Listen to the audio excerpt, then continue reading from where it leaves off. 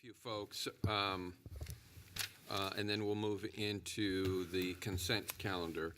But first of all, with the new year comes a new budget, and I want to take a moment to thank the governor and his team for putting together a very supportive budget for the California community colleges and continuing to invest in our students. We recognize that as we continue to move forward in this unprecedented, well, I suppose there's only one other period of time on record where we've had this kind of economic expansion in California, but we also recognize that that economic expansion will eventually stall and we'll be right back in the recession. So we appreciate the investment that the governor is making in the California community colleges. We also appreciate the investment that he is making in the rainy day fund. And why is that important to us? It's important to us because community colleges suffer greatly during recessions. Just as we are benefiting by increased revenues in the state through Prop 98, so too do we feel the impact in a recession. And I'm hopeful that the continued investment in the governor's rainy day fund will ease that that downturn when it comes, because we do know that it will come. So while there are many reasons to support the governor's rainy day fund, this will be particularly important for our students, because when we hit recessions, that is the time that we need the greatest investment, because that's the time when our students need us the most to get back to work, to retrain, and to have an opportunity to get back in the economy. So I just want to take a moment to thank the governor and his team for a very, very supportive budget for the California community colleges. And we'll have more because we'll have the governor's chief advisor on higher education, Lark Park, is here, so we will get to her momentarily. I also want to take a moment to recognize Santa Barbara City College, and though we'll be recognizing them for other issues later on in this agenda, the community of Santa Barbara City College, like many communities throughout the state, have seen some incredible devastation in the last few weeks, from the Thomas Fire to now horrible mudslides and the impaction of Highway 101. I talked to President Beebe over the weekend, and he was very thankful and appreciative of all the goodwill from all of our colleges, from everybody in the system office and throughout the state. So I just want to take a moment to thank all of the faculty and staff and the students at Santa Barbara City College for not only enduring the hardships of the fire and the mudslides, but also opening up their campus to emergency personnel and supporting the residents of Santa Barbara. So like many of our colleges have stepped up during emergencies throughout the state, so too has Santa Barbara City College. So I want to thank them for everything that they're doing. Now, they were supposed to start the semester today. It is likely that they will be closed down for the remainder of the week. It's amazing just how much disruption the shutdown of Highway 101 causes, but as you can imagine, it's very difficult for employees, for students to get to Santa Barbara City College. So we will do everything we can to support them during this difficult transition. I also want to once again recognize our DACA students, our dreamers, and students who are struggling to make sense of federal immigration policy. We had a slight reprieve, and I know many of you received that news. General Counsel Forestier also sent out information. I know many students who were in the DACA program who could not renew their DACA status. We are encouraging them to renew it now, now that we have a reprieve. So I want to encourage all of our campuses to once again reach out to our dreamers, to our DACA students, to all those who are continuing to struggle with the uncertainty of our immigration policies, to keep them in our colleges, to keep them moving forward, and to continue to provide them the support they need to finish their studies in the great state of California. And then finally, with the new year, not only do we have a new budget, proposed budget, but we also have Congress back in session. We also have a number of things happen at the federal level, and we have a number of advocacy opportunities in Washington, D.C. So I want to extend invitation to all of our constituent groups, our faculty, staff, administrators, that we join together in consistent and persistent joint advocacy, both at the federal level and at the state level.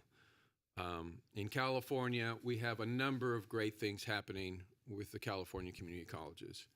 If you consider the challenges that the University of California and the California State University face right now, we are in a much different position.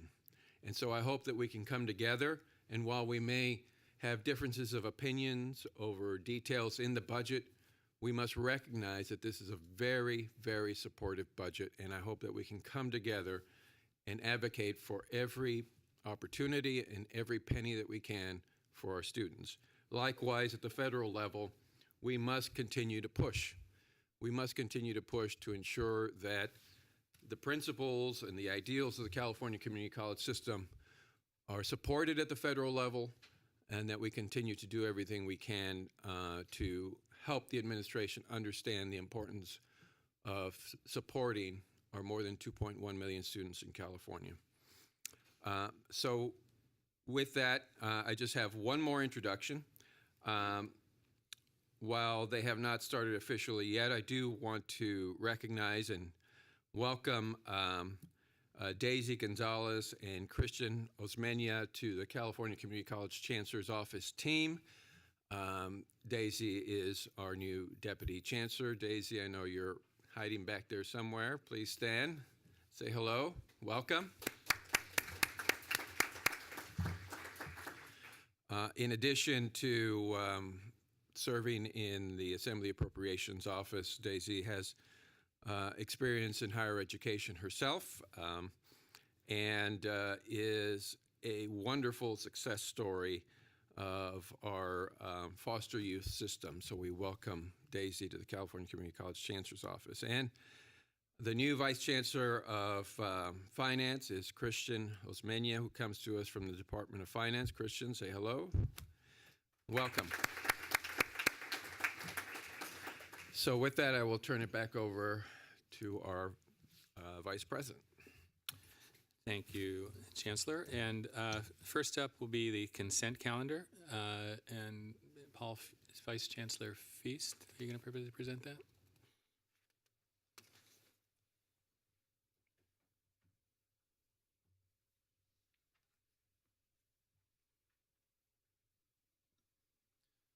Good morning, Vice President Epstein, Chancellor, and board members. Before you is the consent calendar, which contains the board minutes from last meeting. Do we have a motion? Member Reed and Member Hawkins. Any discussion? I wasn't here. It says I was here. Yeah. Okay. I was here in spirit.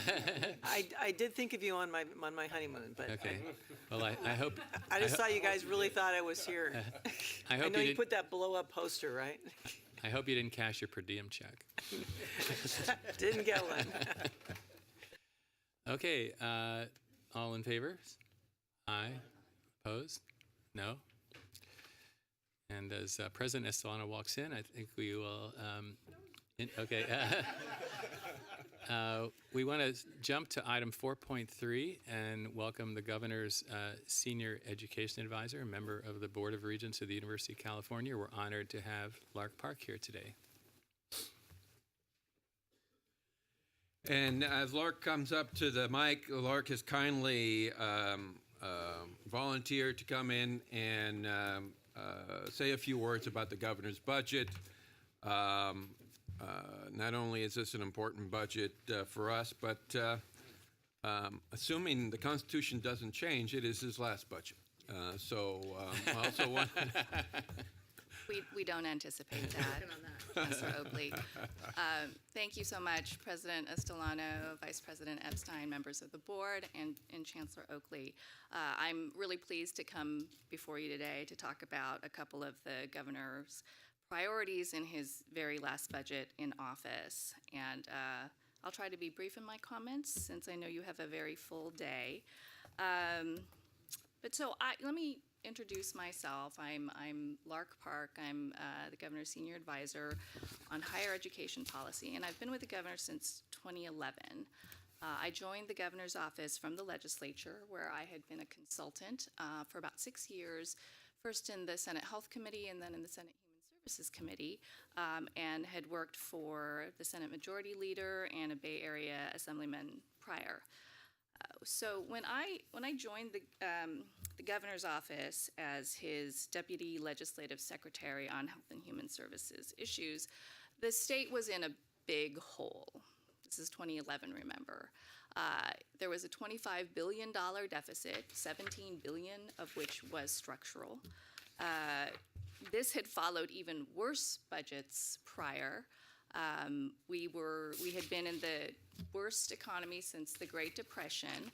The state was being sued left and right for cuts it was attempting to make to safety net programs in order to balance the budget, and 1 million jobs had been lost. So some people might think that was a long time ago, and it was in the relative scheme of things, but I remember it well, and I remember it well because 2 days after I started in the horseshoe, as we call it, the governor vetoed the first budget that the legislature had sent to him, which was a pretty remarkable action at the time. And he did it because he didn't think it was serious enough about addressing the fiscal problems that really had plagued the state and we know would plague the state for years afterward. So it was a signal it was going to be a rough ride, and it was. But everybody knows how the story goes. We had a couple of very difficult budgets when he was in office, and then we had a break in the clouds, and we've been really very fortunate since then to be able to reinvest in many programs, restore cuts, and even develop some new programming. So I think we've all been very fortunate for the past 6 years to have had that. And community colleges have been a part of that good investment story, that good reinvestment story. The budget summary noted, we've been able to provide an additional $2.4 billion for community colleges since 12-13, which includes $500 million of base apportionment increases. And as you all know, because you hear these items whenever you come to the board, we've been able to invest hundreds of millions of dollars in programs like Strong Workforce, in student success, and most recently in Guided Pathways. And these have been really incredible investments, I think. So in this last year, we're trying to finish some of the good things that we have collectively begun. And some of it is about streamlining programs and integrating the programming that we've developed over the last few years. But two of the big things in this year's budget are the establishment of the first wholly online community college. The other is funding formula reform or changes or whatever it is that we want to call it.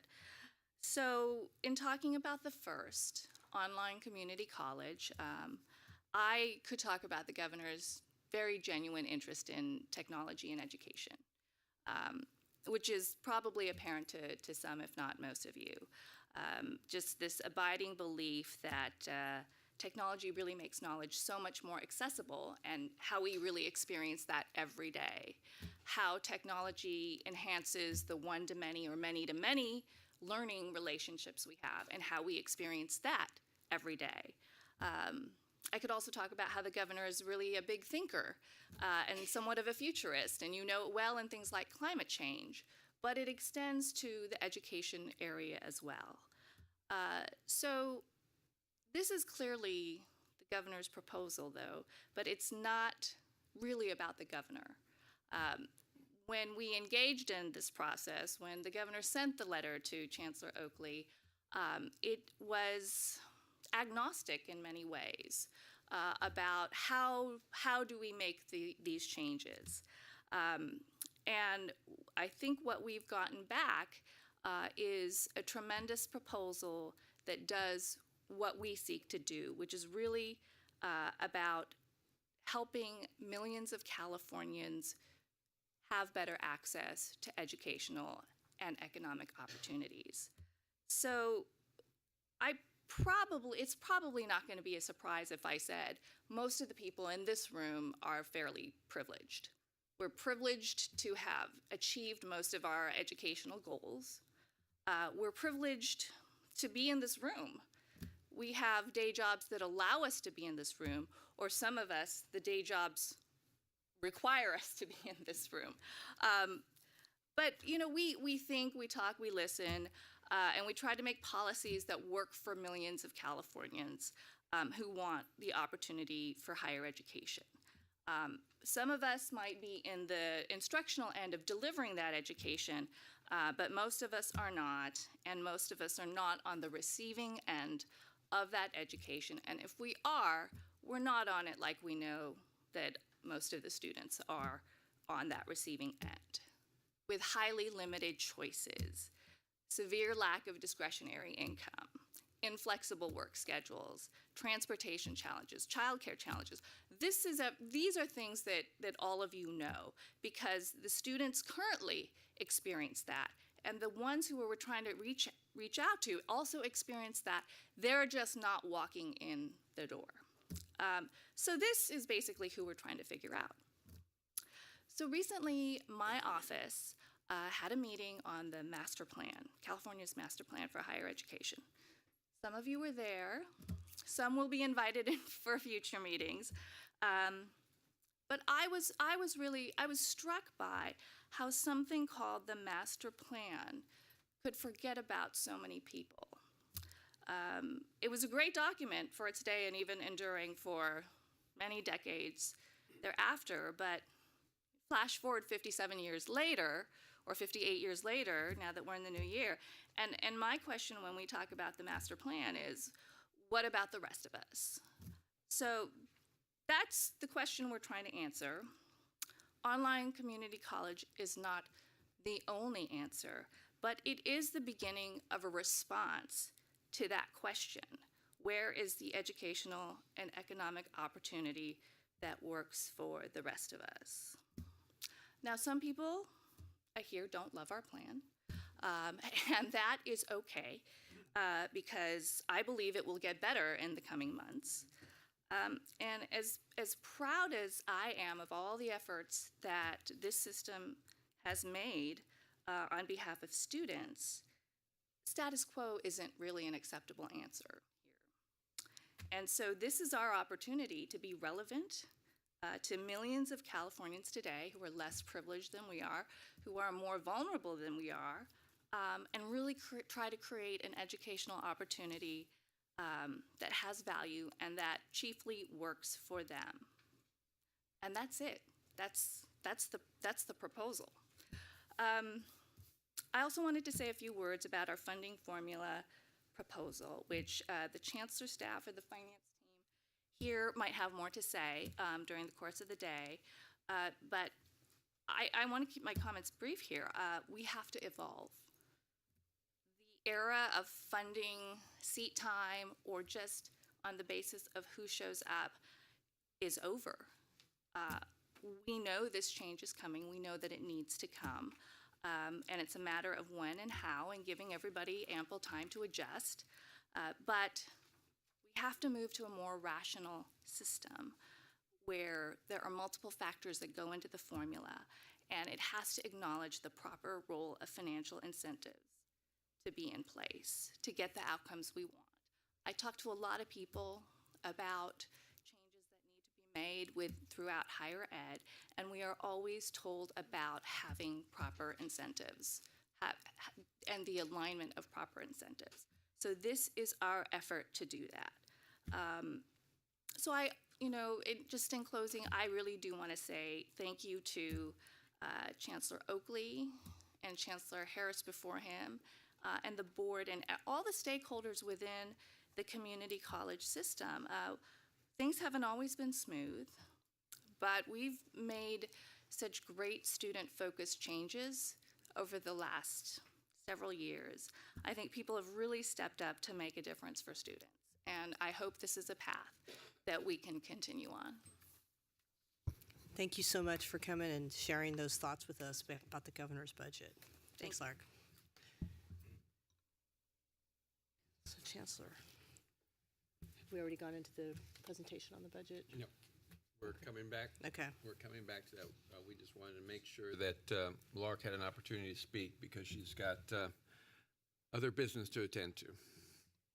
So what item are we on? So now we are going to move into item 2.1. Okay. Approval of contracts and grants. Mr. Feast. Good morning once again. Item 2.1 contains 13 grants and contracts in total. Most of the agreements cover program activities by the Workforce and Economic Development Division, including contracts related to apprenticeship, clean energy workforce. 2 contracts involve the Institutional Effectiveness Division, and 1 contract is for a vendor to rebuild the Chancellor's Office website, which is overdue for a refresh. Be happy to answer any questions or have my colleagues come up and answer any questions you may have. Yeah. If I could ask a few questions just to be more informed, and a lot of it has to do with the fact that I work day to day in a community college district. But for example, item 1, how will this get out to the districts to even apply for it, you know, that they can get this annual renewal of institutional effectiveness and technical assistance program? How will that get out? Will there be a memo sent out and they're told, you know, how to go about it? And will it be widely distributed at the colleges and not just to the CEO? That's my first question. I think Vice Chancellor Tennant can answer that question.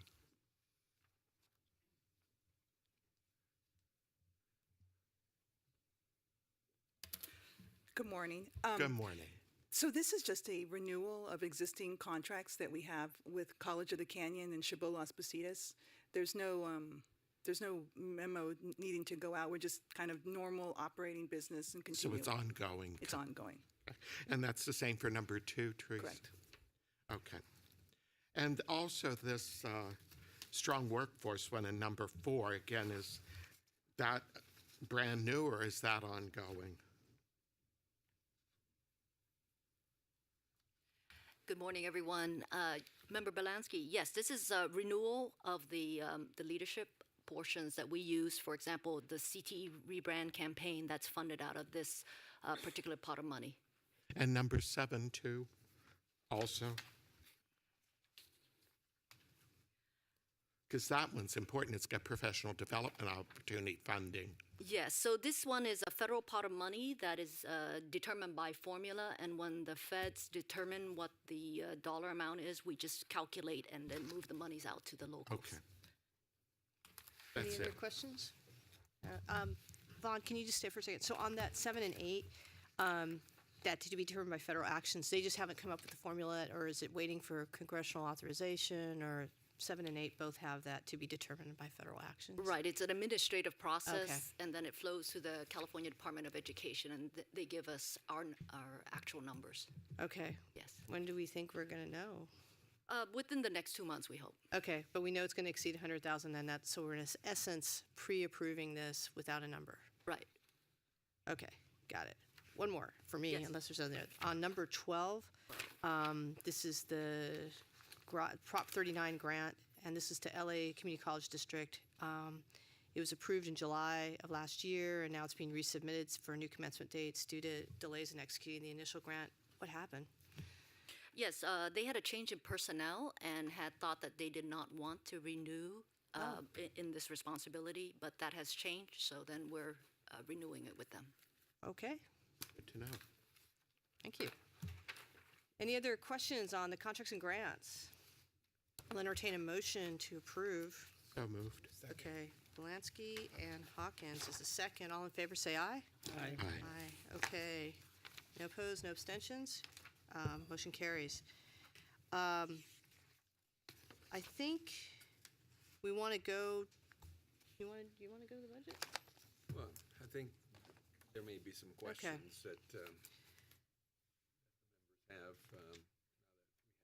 But Okay. I will leave that. Why to don't, the why don't we board. keep going through, because I know we had some folks on the plane actually with me, came up for some of these items, so let's just keep moving through the action items.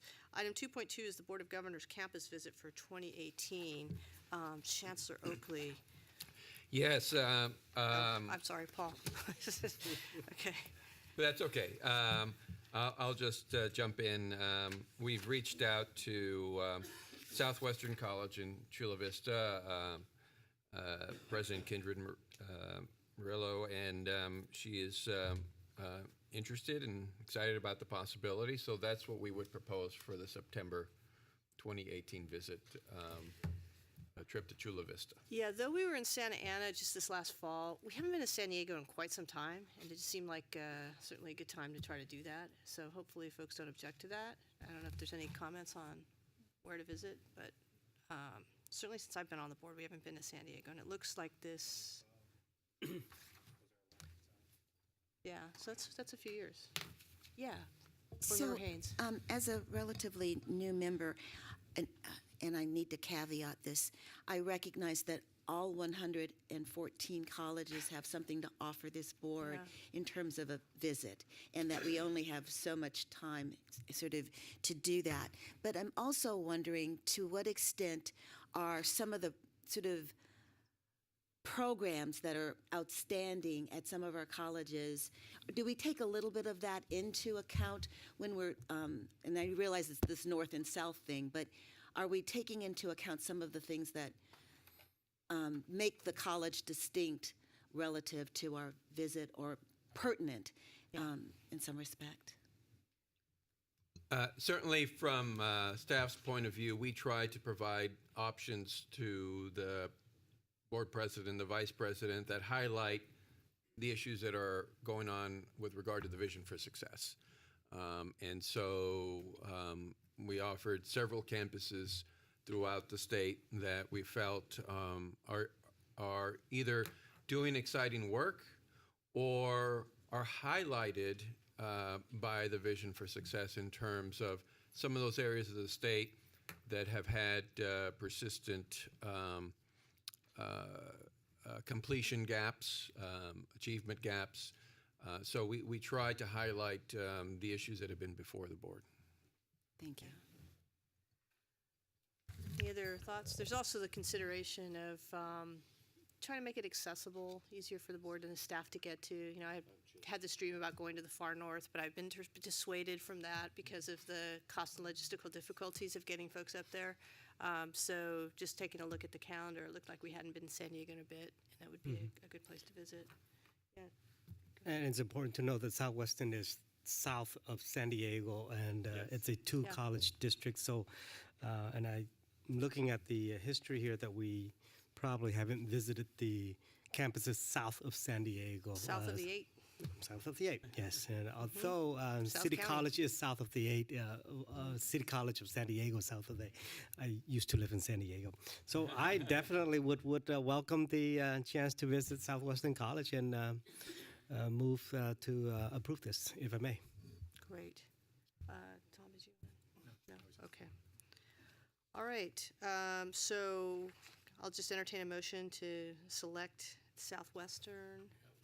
We have a motion. I'm sorry, Mon. I'm still getting over my flight here. Okay, do I have a second? All right, Sumner, and all in favor say aye. Aye. Aye, no opposed, abstentions, it's approved. Okay, next action item is the approval of the Desert Community College District's Indio Educational Center. Vice Chancellor Montoya.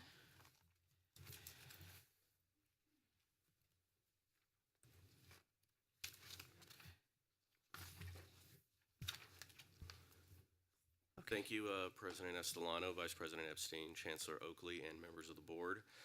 Today, we are pleased to bring you a new center for your approval in the Desert Community College District. If approved, the Indio Educational Center will be the first center in the district. Currently, it operates as an off-site outreach location. And to date, the district has spent $24 million in local bond funds in development of the center and has additional plans to spend an additional $26 million to expand the current center as well. As part of the process to be heard here today, the district has completed and submitted to our office a comprehensive needs assessment that reviews key areas such as academic programs, student services, the fiscal health of the campus or the center and the district, as well as the capital outlay needs currently existing as well as into the future, in addition to the levels of local support, the local demographics, as well as the local geographic conditions of the community. Our review of the center and the needs assessment has basically given us confidence that the district has done a very thoughtful job in trying to address the needs of the community. For example, the center provides a complete offering of academic programs that align with the local labor market, and as of the fall 2017 term, students can actually complete as many as 13 degree programs entirely at the campus. With regards to student services that are provided at the center, the services are comprehensive and ranging from admissions, counseling, veteran services, financial aid, and tutoring, just to kind of name a few. But most importantly, the district has established a method to evaluate on an ongoing basis that the services as well as the level of staffing provided meet the needs of the students. Additionally, the population is projected to increase by 20% between the years of 2016 and 2026. This center is also centrally located to take advantage of that, being accessible to local infrastructure as well as public transportation, which were two of the key criteria in selecting the site to begin with. As such, the district has received letters of support both from neighboring higher education institutions as well as local government officials and community businesses. And most importantly, a key factor has been demand. During the 2016-17 academic year, the proposed center has generated over 1,100 full-time equivalent students already, exceeding the 500 FTES minimum required for center approval. And so with that, I would like to turn it over to representatives from the district. Here with me are Lisa Howell, Vice President of Administrative Services, and Dr. Annabelle Neary, Vice President of Student Success. Good morning. Morning. President Estolano.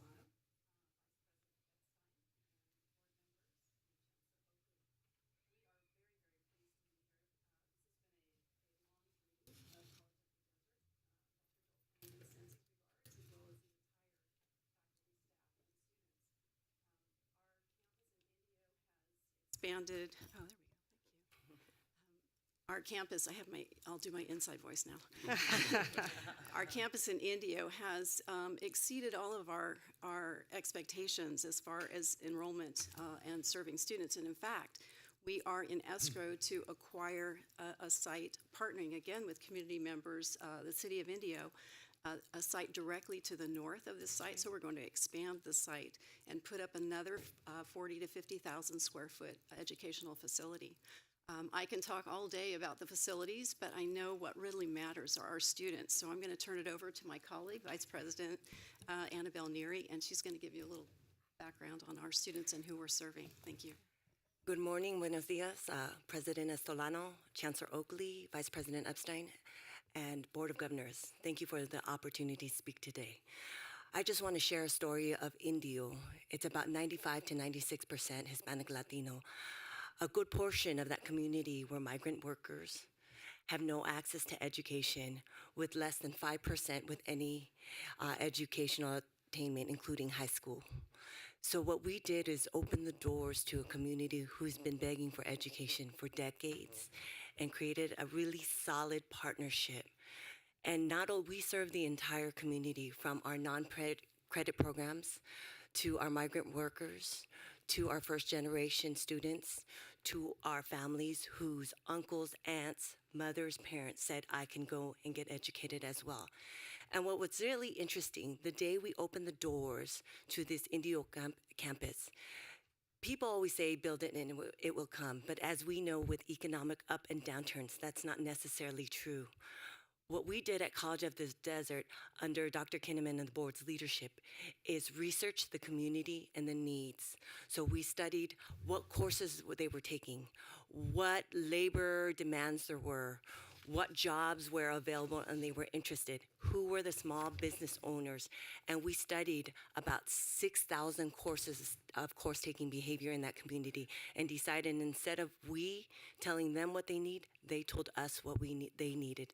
So the minute we opened the doors, we were at high 80 percentile to 90% at full capacity, and by fall, we were full. And we were considered, and still are considered, the gem of that community. And in addition to that, if you notice our changes in the scores card, since opening the doors at Indio, we've had enormous impacts in the Latino Hispanic students attending our institution, our first generation, and our low-income students. They are now performing comparably to their privileged counterparts. And we hope to double that institution size and reach other corners of our Coachella Valley that had not had access to education. So this today is a huge impact to College of the Desert, Desert Community College District, but most importantly to the Coachella Valley, which at one point only had thousands of people, is now a growing community of 300 to 400, now 500,000, with the majority of them needing and seeking educational opportunity.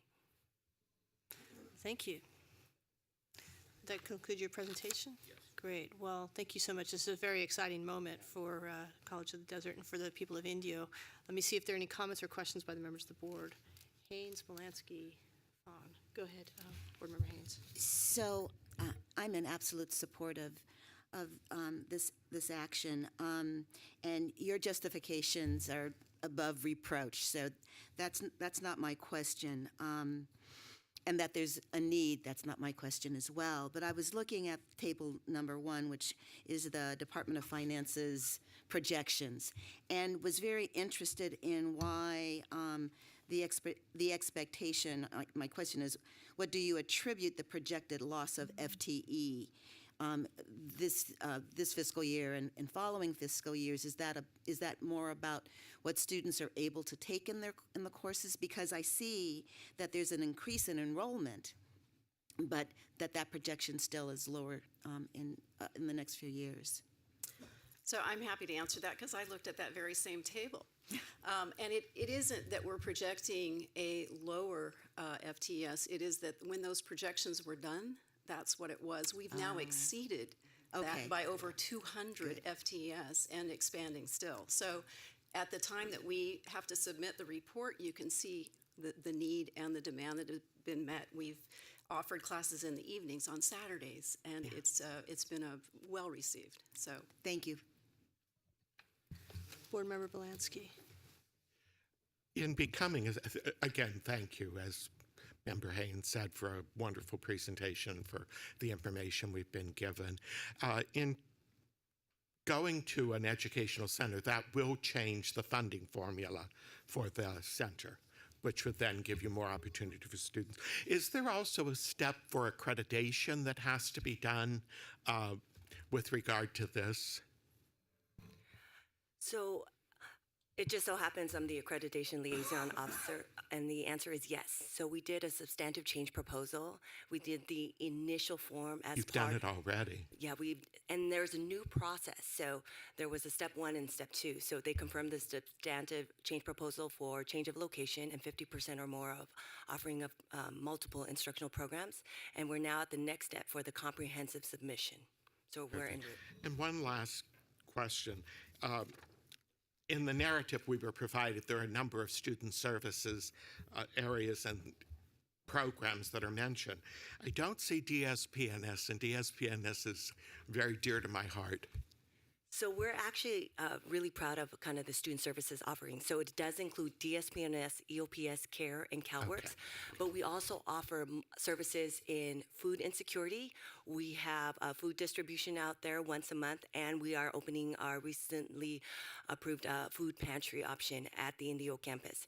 In addition, we offer free bus passes through our Alumni Association, and we now just recently offered and expanded our Dream Center services for our AB 540 students, including multiple legal workshops in support of what's the federal climate in terms of DACA reapplication. So we just recently had an accreditation in fall. Our student services departments, not only at the Palm Desert campus, but at all our off-site locations, received a commendation because at College of the Desert, it's not just about the matriculation services, it's a full student. So we, in addition to that, we offer mental health services, dental services, physician services.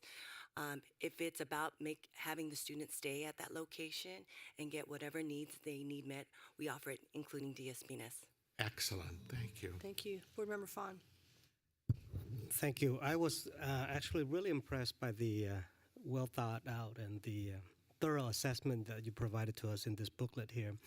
And I'm speaking actually from a person who works at a campus who has a center just less than 10 miles away from the main campus. And at our center, we're striving very hard to engage the nearby schools from the K through the, actually 8 to 12, so that we can actually take advantage of the dual enrollment programs and whatnot. I see that you have 22 joint use arrangements with the local high schools. Is it your intent to actually, with the expansion of the center in the years to come, to actually house high school students at your campus or your center here, or any arrangement to tap into the dual enrollment initiative here? I'm curious. So in the last few years, we have expanded our dual enrollment program and solidified our MOUs with all three local unified school districts. We've even opened up that opportunity to the local charter schools, the local private schools, and homeschooled students, because that was a demand in our community. So in terms of housing on site, we have a very successful scaled program called the EDGE and now the Pledge program, which guarantees the free tuition to all our high school graduates for up to 2 years, which is a complement to the Chancellor's Promise program and grants. And what we have committed to that is matriculation services and potential credit dual enrollment programs at any of our sites. So our EDGE program expanded from 1 site to all 5 sites, including the 3 neediest locations in the entire Coachella Valley. And part of that complement is the dual enrollment program. So along with removing what we call the basic skills or any assessment traps, we can offer the college credit as part of their dual enrollment experience. That way, not only do they have the relationships with the college, they meet the staff, they meet their peers, but they seamlessly transition through that first year. And as we know, if they make it through that first year, the likelihood of them completing is extremely high. And I can speak to that as well. My background is K-12. I spent 25 years in K-12 education, and my last district was Palm Springs Unified. My accepting the job at College or Desert Community College District was predicated. My superintendent allowed me to leave only to work on those partnerships. So we've done an amazing job. We've actually recently hired a liaison that will work directly with the K-12 districts in doing just that. And I think our experience is such that we have increased our dual enrollment and concurrent enrollment substantially over the last 2 years. Gosh, I'm further impressed. I probably will come down and learn from you there. Thank you. You need to come visit College of the Desert, by the way. Great. I'll be out there in February. I will give you a call. Any other questions or comments from members of the board? Do you have a motion? Move approval. Okay, Haynes and Hawkins. Motion and second. All those in favor say aye. Aye. Opposed? Abstentions? Congratulations. Thank you. Thank you for coming in. Thank you very much. All right, next is item 2.3. 4, request to change election system at the San Mateo County Community College District. Our General Counsel, Mark LaForeste, will take this.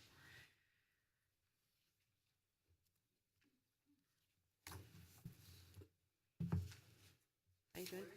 Good to see you.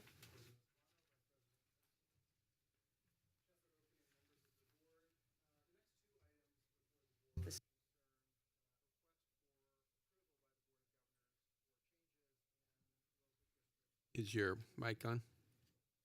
Ah, there we go. That's much better. Thank you.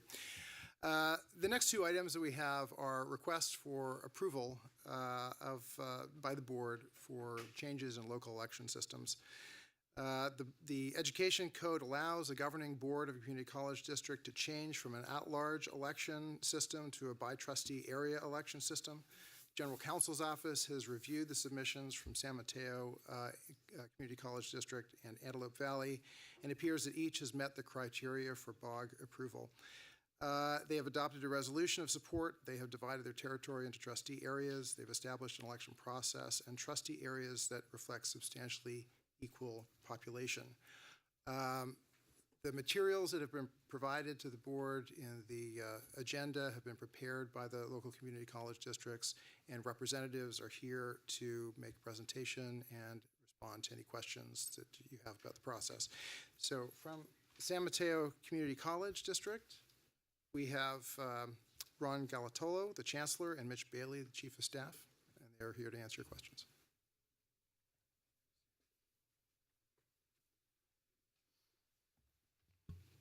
Chancellor, should I say a few words? Good morning. Good morning. Yeah, thank you very much. This is actually fairly brief.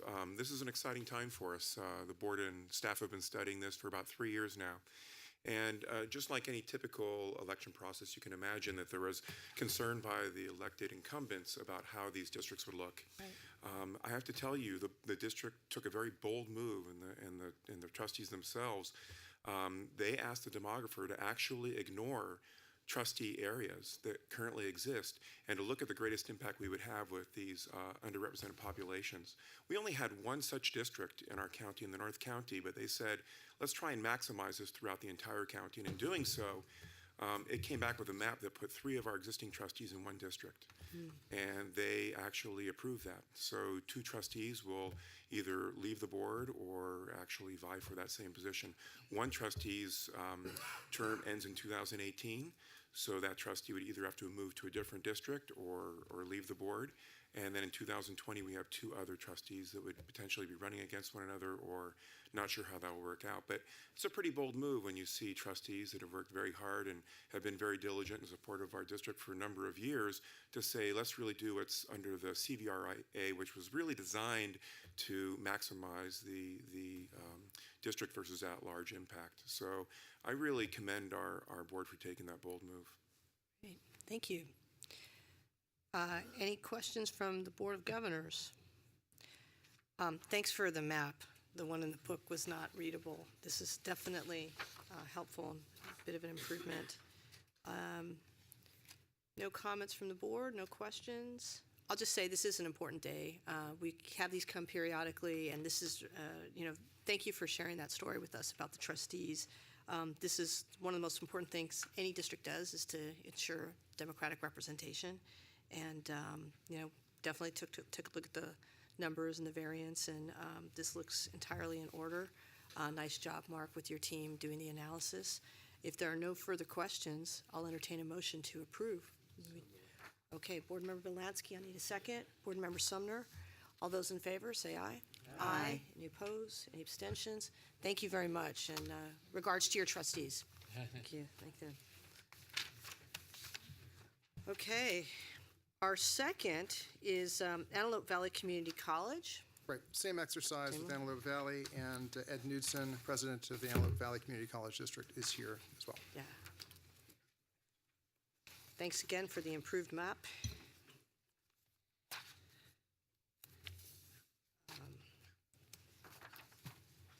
Right. Good morning. Morning. Before I get started, you're all welcome to come visit us in the high desert in the beautiful Aerospace Valley anytime. We'd love to show off.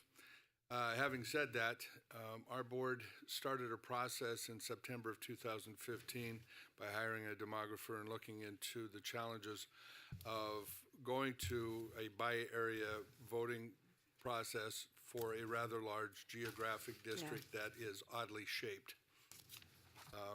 It took some time for the demographer to work through that process. They had made a presentation to the board in November of 2016. That was advanced again in March with a plan. It was accelerated by, the initial plan was to make this move by 2020. It was accelerated so that we would meet the requirements for voting by area this fall. Part of the criteria was to hold the population of each area as consistent as possible, and the criteria was plus or minus 4%. Also, the board chose no pairing in the initial phase, realizing that we're going to have another census conducted in 2020. And then also to reduce the impact of a specific population in any concentrated area, but rather to make sure that all the areas were as equally represented as possible. In the map that you were looking at, or that were given to you, and I apologize, 2,000 square miles is hard to put on an 8.5 by 11 and still be able to demonstrate where the streets are. The 5 areas are have a population variance of less than 3%, which meets the criteria. There is no pairing. However, there are 2 districts that are primarily majority Hispanic voting, which reflects the general population. Our student population is 48% Hispanic, and the general population is 35%. So it does that, and then there was a court-ordered districting of the City Council for Palmdale just a year and a half ago. We reflected in our maps the communities that were formed in 2 of those City Council districts, so there is a concentration of voter registration by those areas as well in the way that they would vote for our board and in local elections otherwise. Great. Any questions from board members? Yes, Board Member Haynes. And So I'm going to try to be as articulate as I can.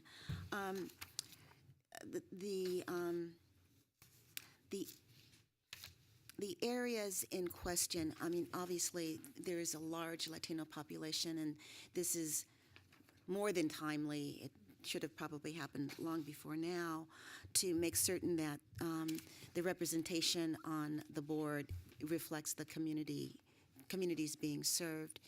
So my question really goes to some of the research indicates that for communities of color, they are more likely to come and to vote in presidential elections as opposed to gubernatorial elections. And so was there any consideration relative of sort of demographics, but then also equity, that those majority Latino districts are numbered in a way that reflect where voters would more readily vote, i.e. in the presidential elections? That's where the greatest number of folks of color will come out. Well, our election sequencing was changed to adhere to the Voter Rights Act by moving from odd-numbered year elections to even-numbered year because of the voter turnout.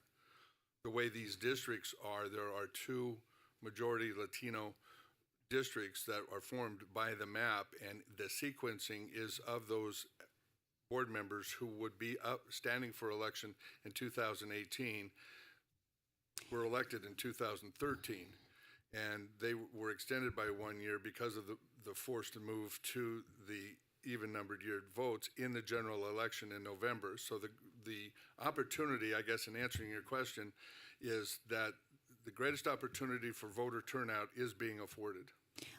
Okay. Just.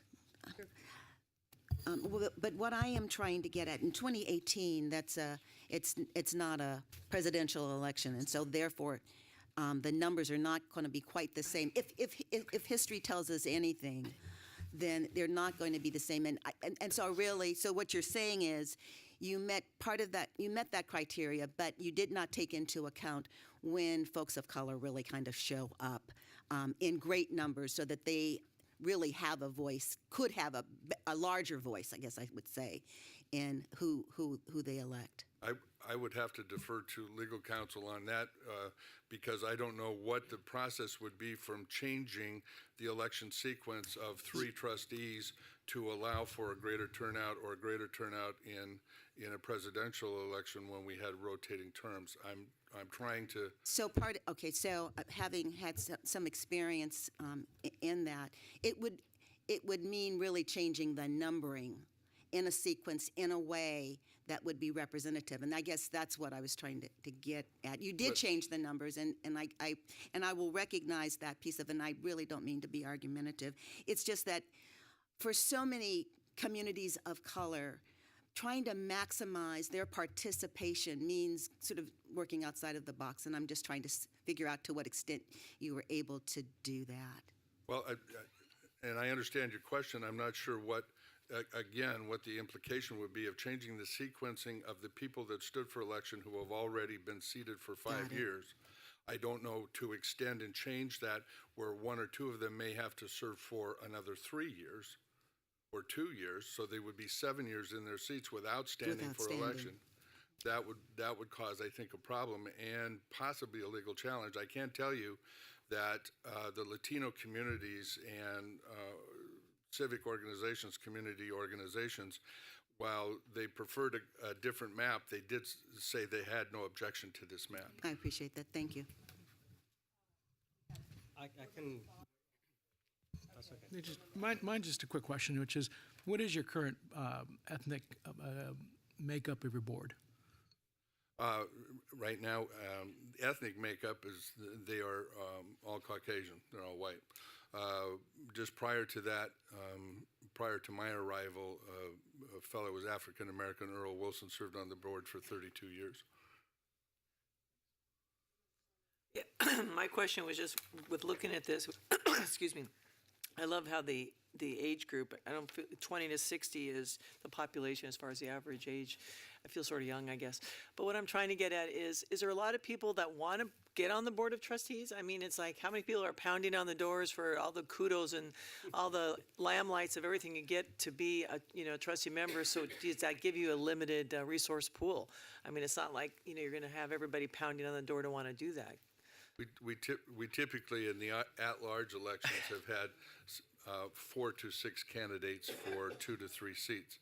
Now, how that will change with this, I can't answer that. I would expect that we would probably have 2 to 3 per area in challenge, so it may expand the pool by 2 or 3 people seeking.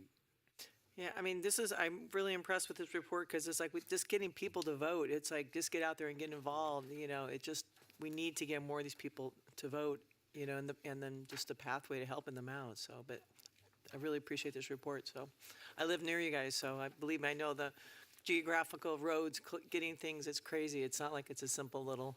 I'm just going to get here to get to there. Board Member Fawn. Yeah, this question is not necessarily for Antelope, but for our Council General. Do we have a tally of how many of the 72 districts are trustee at large and trustee by areas? Question number 1. And number 2, of the 72, how many districts have 5 members versus 7 members on the board? Because I think the number 5 or 7 could address some of the diversity issues. But I think for my personal information, I'd like to have the number. So I anticipate that in the future there will be more districts coming to us, changing their election to areas. I don't have those numbers at my fingertips, but I'll provide them to you. Okay, if there are no further questions, let's entertain a motion. Motion to approve. Okay, I have Epstein and Hawkins as a second. All those in favor say aye. Aye. Any opposed? Any abstention? Motion is approved. I told you to get on your plane. You're going to make it. Okay. We're going to take the budget item out of order. This would be item 4.3 because we have Chris Ferguson from Finance Department who is going to have to leave us by 10:30. I want to make sure that he's available to answer any questions we might have. So let's do that first, and then we'll go back to regular order. Thank you, Board President Estolano. As Lark Park indicated, there are some items in the budget that I know the governor in particular wanted to highlight, so we appreciate Lark being available to come speak. We also have the pleasure of having Chris Ferguson, who leads the finance team in developing the California Community College budget, so we appreciate him being here. There are several items that we need to go through, so I will turn it over to Vice Chancellor Mattoon. I'm going to turn it over to Assistant Vice Chancellor Parmalee. I'll turn everything over to Chris Ferguson. All right. Good morning. Thank you. Oh, where's Cecilia? There she is. Okay. President Estolano, Vice President Esteen, and Chancellor Oakley, members of the board. The governor is required to release the governor's budget proposal on Jan 10 for the upcoming fiscal year. On Jan 10 of last week, the governor released his budget proposal for the 18-19 fiscal year. And on that same day, our office summarized the key components of that document, which was disseminated to the entire system. You should have received that document. We had provided some updates to that. So according to the Department of Finance, the outlook for K through 14 education is positive. And as Chancellor Oakley had mentioned, we're in full support of the governor's proposal and look forward to working with our external stakeholders, the administration, and the legislature. I do want to bring to your attention that the Department of Finance has consistently valued the feedback of our system stakeholders. Any subsequent feedback will help flesh out the details of those big concepts that have been outlined in the proposal. And this current environment is positive for our system, and I anticipate student success to be the topic of every conversation as we go through the budget process. Alongside with Vice Chancellor Laura Mattoon, we will present to you the significant key points of the governor's proposal. So for Prop 98, the budget proposal provides $780 million to new Prop 98 general fund spending for the system. It's estimated to increase by approximately $3.1 billion, which is about 4% in 18-19.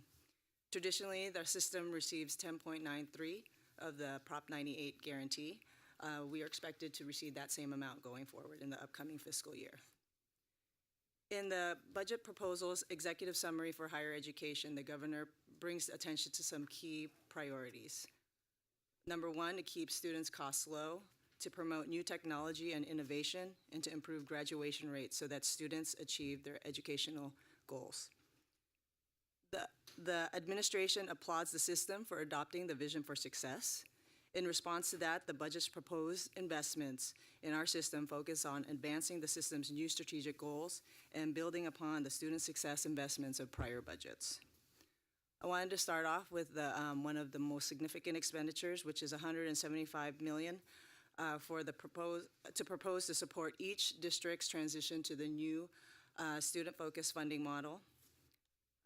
It is going to be broken down into four core components. 50% of that amount would be based on enrollment, which is similar to our existing formula, a per FTES funding rate that would be applied across all 72 districts. Next would be 25% of that amount would be based on low-income students that the district enrolls. That portion would reflect two factors: enrollment of students that receive the College Promise Grant fee waiver and enrollment of students that receive Pell Grants. Next, 25% would be based on districts meeting certain success metrics. Those two metrics are the number of degrees or certificates granted and the number of students completing a degree or certificate in 3 years or less. Additional funds would also be granted for each associate degree for transfer granted by a college.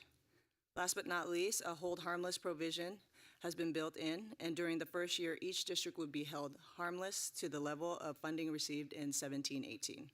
After that, a hold harmless provision would be calculated each year using the 1718 per FTES rate multiplied by the district's new FTES numbers.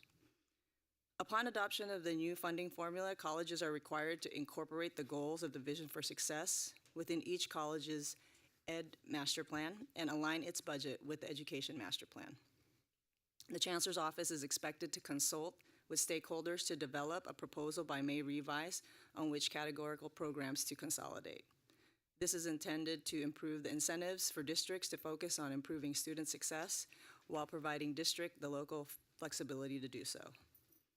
On top of that major investment, $161.2 million is allocated for COLA, which is roughly about 2.5%, and $60 million for a 1% growth in access.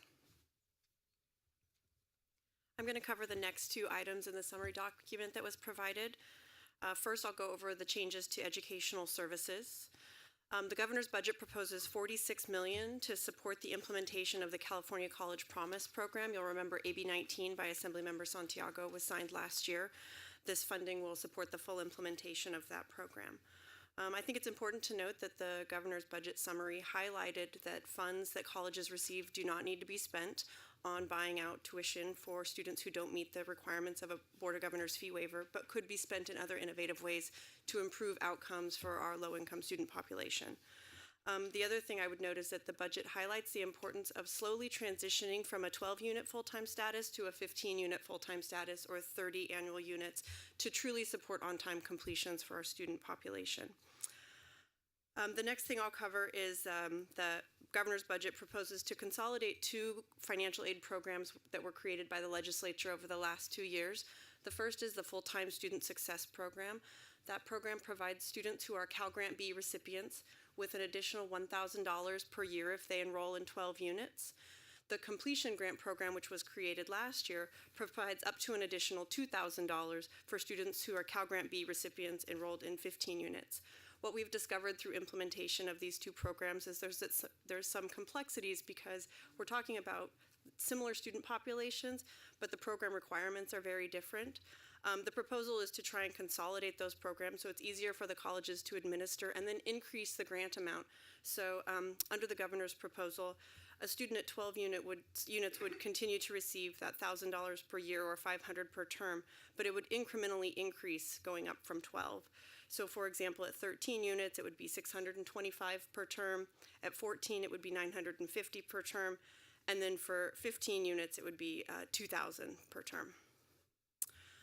I also wanted to mention that there's a $7.3 million for a 2.51 COLA in categorical programs. The document outlines the categorical programs that are included there. And then I'm also just going to quickly cover the online and innovation program. So we heard from Lark Park earlier about the governor's intent in providing our system $100 million in one-time funds and $20 million in ongoing funds to establish a fully online college to support those students who have completed high school or attained some college but have been unable to complete their credential or degree. And then $20 million is proposed for the Innovations Award program. This is consistent with last year's award where the money would come through the Chancellor's office and the board would have decision-making power over which colleges receive an innovation award. This would operate similarly, and this program is focused on closing equity gaps for our students.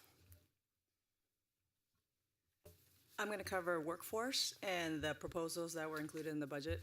$30.6 million is one time to fund shortfalls in relation to the apprenticeships where the RSI rate underfunded it for the years of 2013 through 2017-18. In addition, $17.8 million is to reimburse apprenticeship programs for estimated RSI at a new rate. The new rate has been increased to $6.49.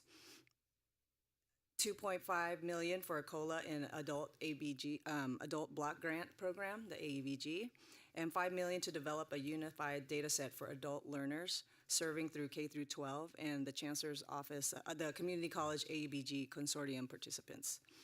An additional $2 million is proposed to increase the number of certified nurses assistants being trained through the Strong Workforce Program, and that's a one-time basis. In the area of facilities and equipment, there's an investment of $275.2 million for physical plant and instructional equipment programs on a one-time. The governor's proposal includes 5 new Proposition 51 bond-funded programs and 15 continuing projects. The governor continues to propose to focus on programs that address health and safety needs, as well as improving existing instructional infrastructure. The new projects included are Redwood Arts building replacement, Mount St. Antonio's new physical education complex, Laney's Learning Resource Center, Merritt's Child Development Center, and Golden West Language Art Complex replacement.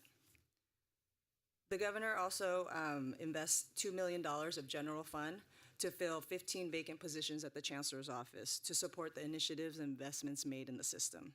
This additional support will allow the Chancellor's office to provide greater leadership and technical assistance to colleges. In your document, there's a section focused on various budget and policy considerations. I won't cover all of them because we discussed some of them already, but I did want to point out the governor continues to support the transfer function for our students. Last year, the Department of Finance sent a letter to the University of California encouraging and supporting them entering into an MOU with the community colleges to support associate degree for transfer pathways between the community colleges and the UC. In this year's budget, under the existing statutory and funding structure, private nonprofit institutions would see a cut to their maximum Cal Grant award from down to about $8,000 from almost 10. From $9,084 down to $8,056. The governor's budget proposes to establish requirements or expectations that private nonprofit institutions accept associate degree for transfer pathways, and with meeting benchmarks, those colleges would not see a reduction in the maximum amount of their Cal Grant award.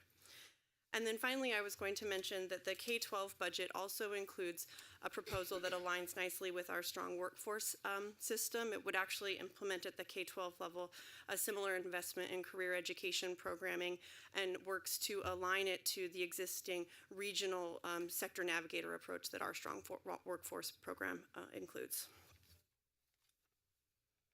Oh, me again. And then just finally on the back page, we put together for you a comparison chart so you can see how the board's request to the governor aligns with what the governor's proposing in his budget. Obviously there's some differences along here, but we tried to align it with the Vision for Success goals that the board's adopted and note the alignment where appropriate. One thing I did want to point out is that the board had requested the one-time basic skills transformation grants at $25 million, and I actually in that line noted the $20 million in innovation awards. Somebody did ask me if that meant that these would all be for basic skills, and that's not true. The proposal is focused on equity, and I thought it fit there because so much of the work that we're doing in basic skills reform is around improving equitable outcomes for our student population. So next steps. Well, shortly after the immediate release of the budget, we received many questions from many stakeholders, and I expect many of you also to ask me some questions. We will take all those questions and anticipate the arrival of our new executive team at the end of the month. We will be developing a broad strategic framework so that they can work with it in line with the Department of Finance and the governor and the legislature. Traditionally, the next steps would be that get a review from the LAO and that they'll have some initial rounds of budget subcommittees prior to the release of May Revise.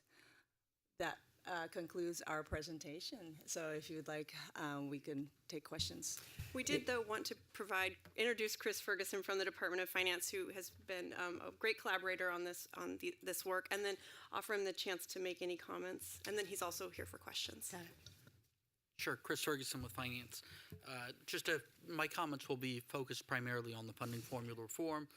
We've received a number of questions from the chief business officers, particularly. We've heard from some of the chief executive officers as well.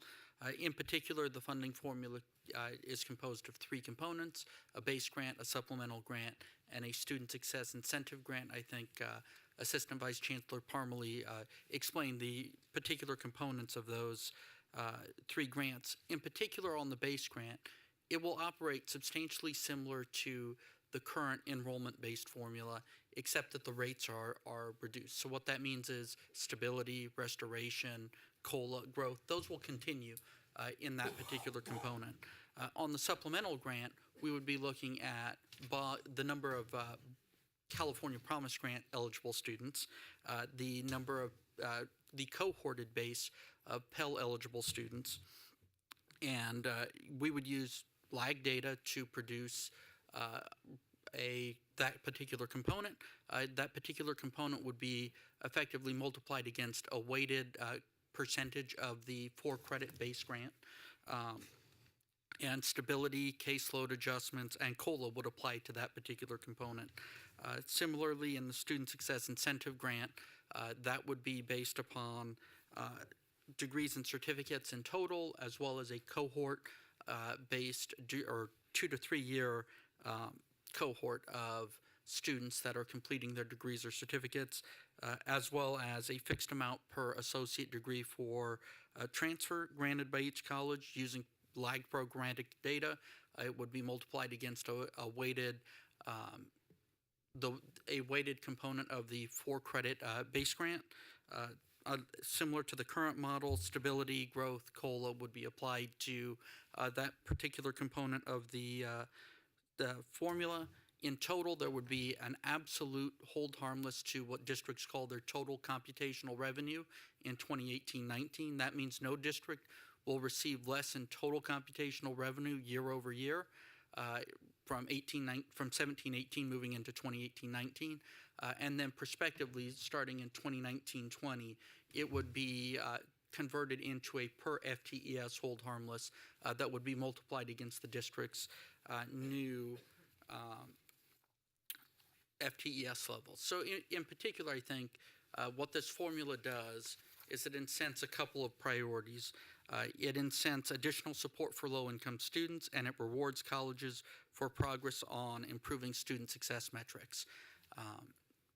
The very last component of this discussion is the discussion surrounding consolidating categorical programs and a request that the Chancellor's office engage in a discussion with stakeholders as to how that might look. I think in particular with that component, we know that the Chancellor's office has laid some groundwork in this area already in their discussions surrounding the streamlining of the Student Success and Support Program, the Student Equity Program, and the Student Success for Basic Skills Program. So we know that there has been some work already done in this area, but largely we would defer to the Chancellor's office and stakeholders to inform that discussion heading into the May revision. I don't think we have from finance's perspective, a preconceived notion as to what consolidation would look like or what streamlining might look like. We would rely on the Chancellor's office and stakeholders to inform that discussion. Thank you, Mr. Ferguson, and thank you to our team for the briefing. Chancellor Oakley. Yes, I'd just like to add a little bit of color to the budget presentation and possibly anticipate some questions that weren't necessarily clear in the presentation. So first of all, let me begin with the budget priorities that the Board of Governors approved, and I think one item that stands out is resources for faculty hires, and certainly the Chancellor's office supports our colleges having the opportunity to continue to hire full-time faculty. While it appears that there's a difference, fundamentally, and I don't want to speak for the Department of Finance, but fundamentally there is some agreement because while there isn't a line item for faculty hires, there is sufficient and significant resources in growth, in base funding that allow colleges to hire full-time faculty. Now, having said that, from the Chancellor's office perspective, we will continue to work with the field to make sure that that priority is highlighted. If there are opportunities to add resources that are specific to faculty hires, we will pursue that. So we will work with our constituent groups to make sure that we hear from them how to drive this priority going forward.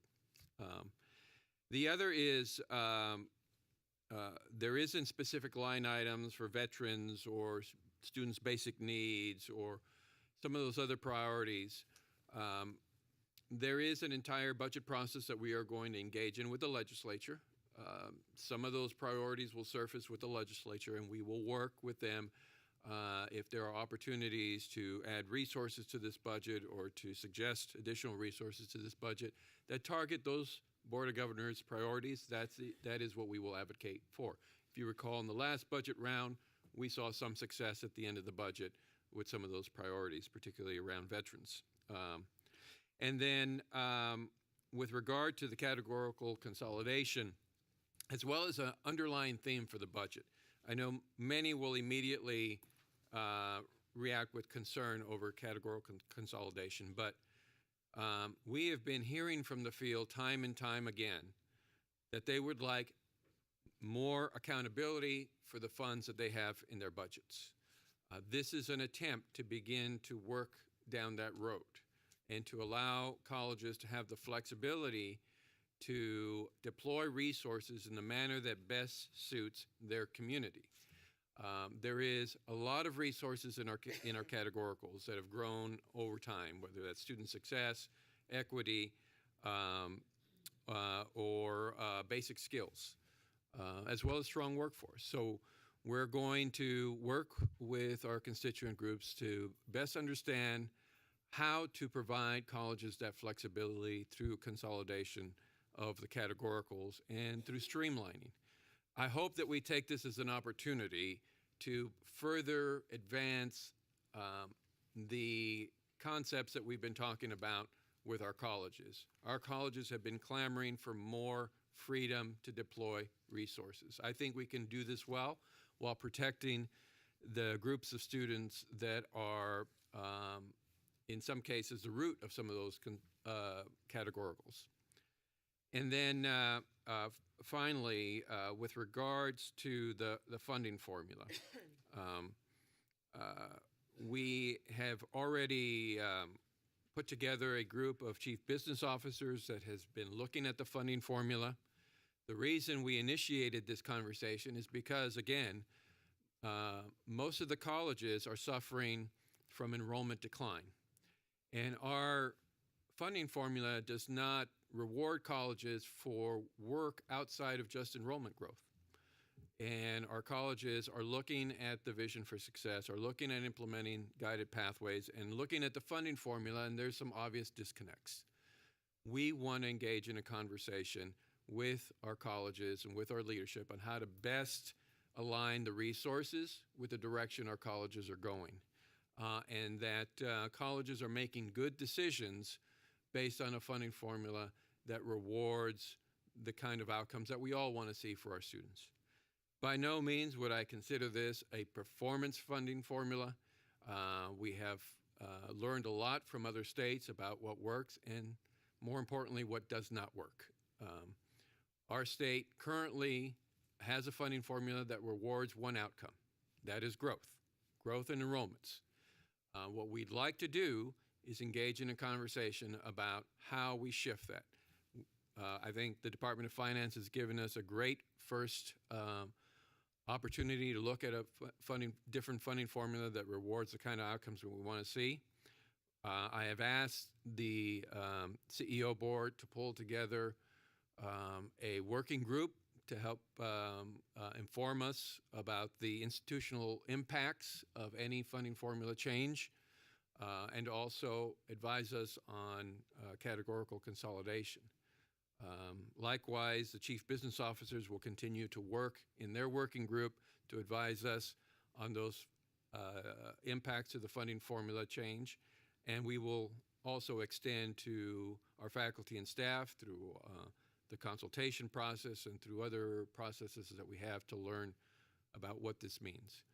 My hope is that we can begin from a point of view that we want to embrace the opportunity to change our funding formula, to reward our faculty and our staff and our colleges for doing the right thing, and that we don't begin from a point of view that we are going to dig our heels in and say no to everything that comes. I think, as Lark Park mentioned, We all want to see the best for our colleges, and we want them to do what's best for our students. The more that we can align our resources behind those goals, I think the better off we will be. So we will be very open and for the opportunity to engage with our constituent groups about how to best do this in a manner that reflects the mission and vision of our community colleges and the spirit of the work that we're doing. Thanks, Chancellor Oakley. And Chris, you have to leave in like 2 minutes, right? I actually have a little bit extra of time. time. Let me moved do this. things around. I would typically go to our speakers. We have about five speakers, 6 speakers now. But knowing that you're needing, is there any questions for Chris Ferguson? And if there aren't any questions for him, then we'll go to the public speakers. Anybody have anything for Office of Finance? They're just being polite. Okay. Vice President Epstein, what do we have in the queue? First up, Jonathan Lightman and Jeff Michaels, and Julie Bruno on deck. Yeah, if all 3 can come forward, and then as we finish, we'll call up next names. And speakers are limited to 3 minutes, and I think Ms. Gilmer will keep the time.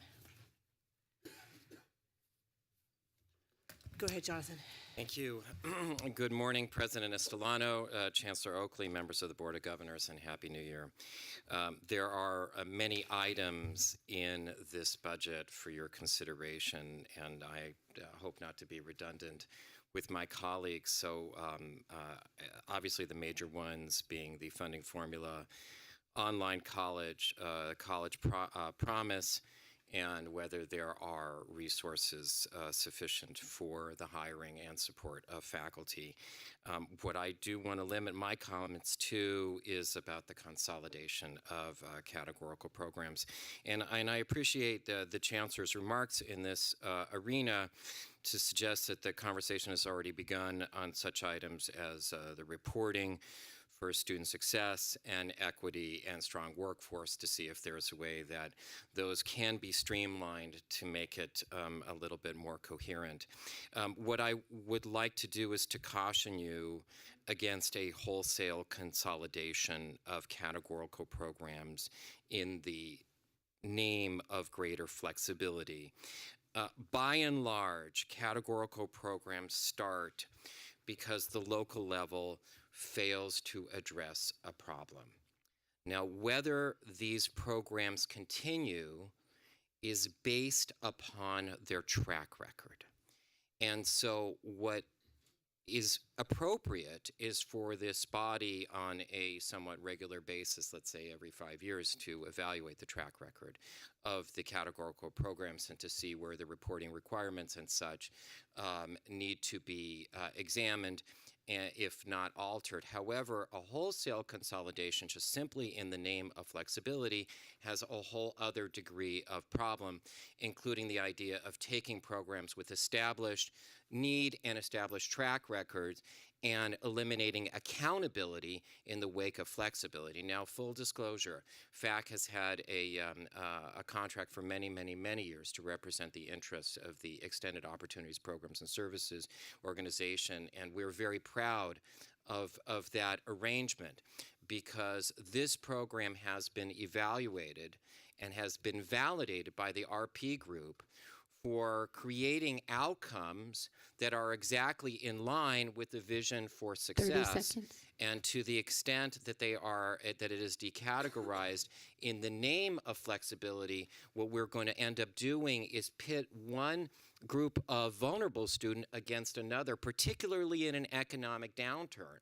This program, incidentally, was just recently given additional money was restored, and it is now making strides with the Next Up foster youth program to create even greater levels of service.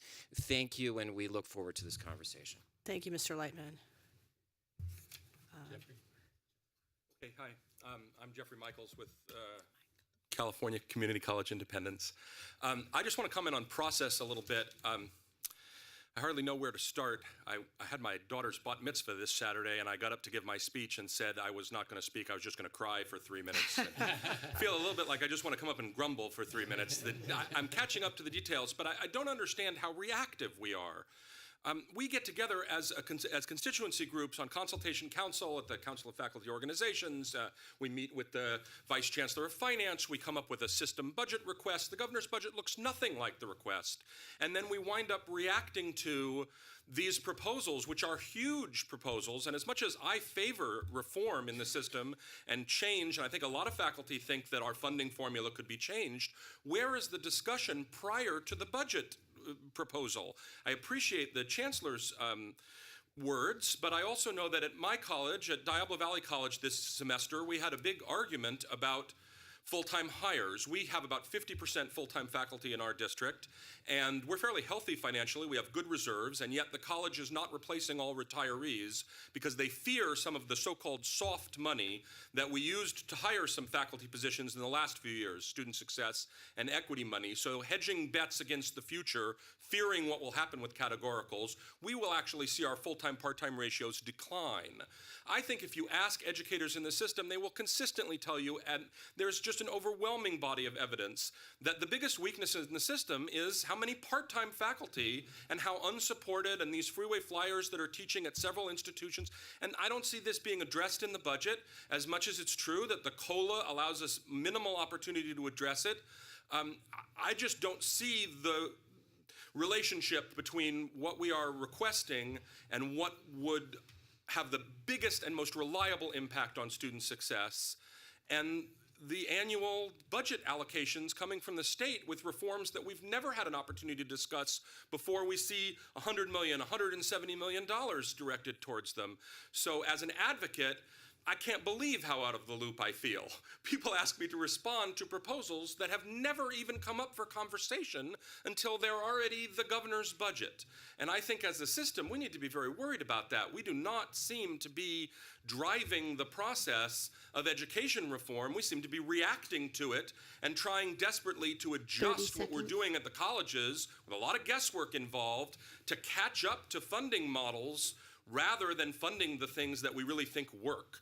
So I'm just incredibly frustrated by the process and wanted to at least step forward and voice that without commenting too much on the specifics. Thank you. Thank you. President Estolano, Chancellor Oakley, board members, good morning. First of all, we'd like to thank the Governor's Office and the Department of Finance for a budget that is supportive of the community colleges, and also to always being open to consultation with the system constituency groups. We've always enjoyed a really nice relationship with them. I very much appreciated Ms. Park's comments today, and also Chancellor Oakley's comments about really coming together and dialoguing about what needs to happen. I think we're all supportive of the goals. I think it's how we get to the goals is where it's going to kind of get a little tension-filled, let's say.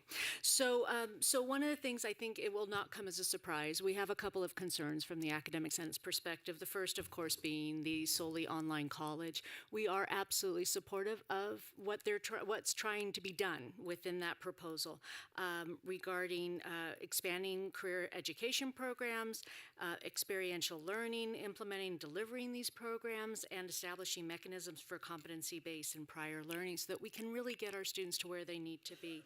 We do have some concerns that we're not using existing resources and structures. Instead of creating something completely separate, why not use what we know is working right now? We think the establishment of a cooperative or consortium of college is best option to develop and to get to where the governor would like to go. We think that such an entity would really be woven into the fabric of our colleges and would build on the excellent online courses and programs that we currently have. This would also allow for a seamless transition from the sub-associate degree certificates that they're talking about into associate degrees and bigger certificates, right, that continue our students' education. No degree or certificate should be a terminal degree or certificate. We should always be having our students have a ramp to getting to more. So we think the integration is key, and I'd like for you all to keep that in mind as we move forward. Performance incentive funding is the other concern that we have. We really appreciate the need to fund our colleges in support of student success, equity, and achievement. We do have concerns with the way that the allocation may be happening or currently proposed in the budget. Primarily, we're concerned with compromising in educational integrity to ensure completion. So that, of course, would come as no surprise to many of you. We would like to see a consideration of metrics that are intended to incentivize the provision 30 of student seconds. support services, that such services are necessary to ensure the success of all students, and that would really address those students that are most in need. We think that that's absolutely critical. We continue to support the Board of Governors' interest in making sure that we have enough full-time faculty at our campuses. I think that's critical, especially with a budget that relies so heavily on faculty expertise and effort, as well as support for our part-time faculty and professional development for all our faculty, so that we can actually do what we need to do to make sure our students are getting to where they need to go. We would also like to have seen a financial commitment to supporting students with wraparound services that address mental health, food, and housing needs. I think that's also a critical component to make sure that our students really do get to where they need to go. They need the support, and I mean all of our students. So with that, I will thank you, and we look forward to continuing discussions. Okay, three more. Adam Westman, Lynette Niaga, and Larry Galizio.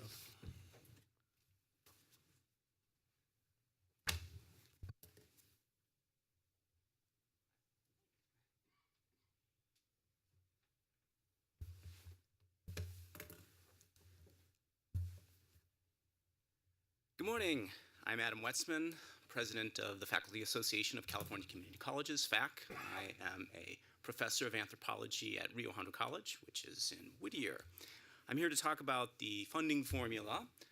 Certainly, I think we can all agree that we do need some alterations in the funding formula, that what we have now is a little outdated and can be revised a little bit.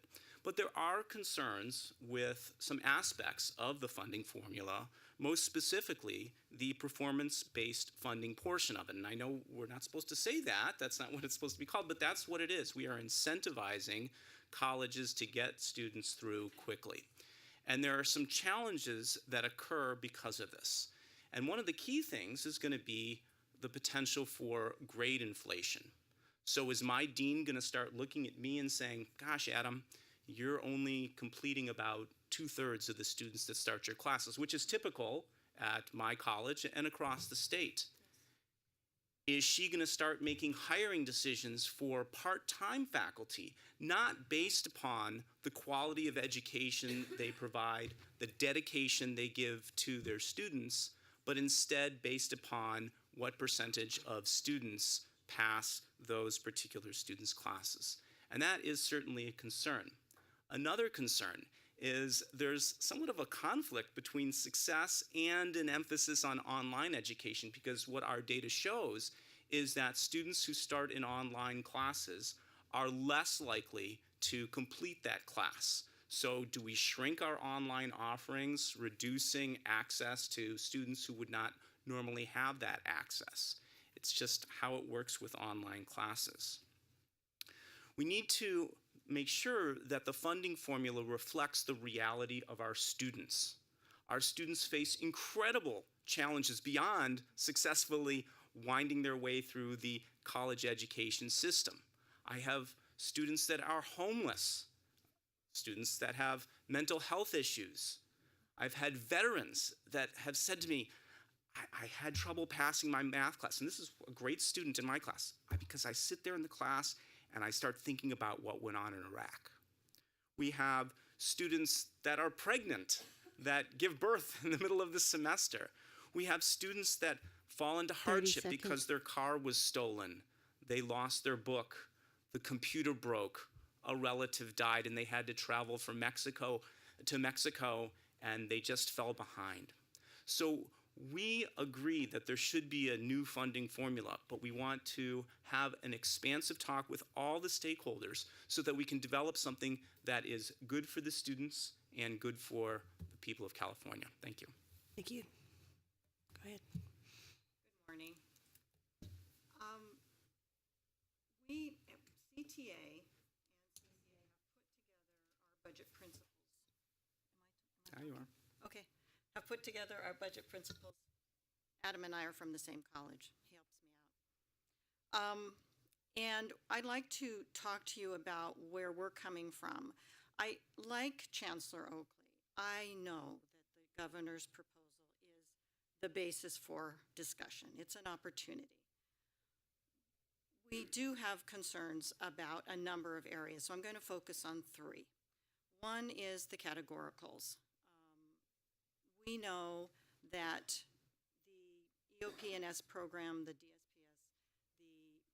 the part-time categoricals have done great things to improve education in the community colleges. So for those three areas, we're very concerned if we're talking about consolidation. Now, I know we may not, that's not what's been discussed, but there is a tendency to believe that categoricals limit our districts.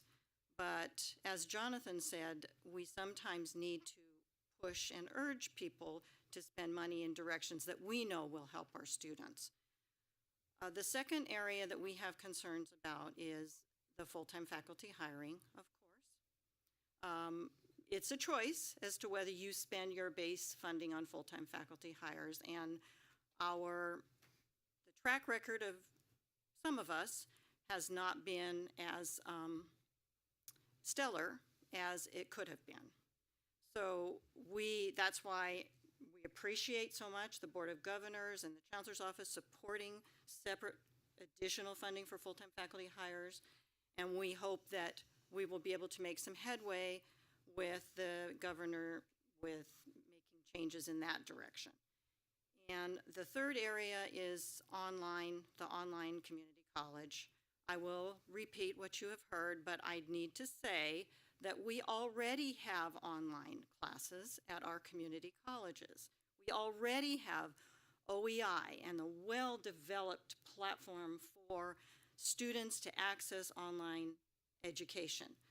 So I feel that we have a responsibility, all of us, to communicate the existing programs effectively, because I had friends who said, oh, I didn't know they've been listening to KNX, and they said, I didn't know we had online education. The way it's being presented, it's like something brand new. So this is one of our challenges, is let's get the word out. Let's try to work with our existing structures and see if we can take the funding that's offered and put it into the existing structures to meet these needs. Time.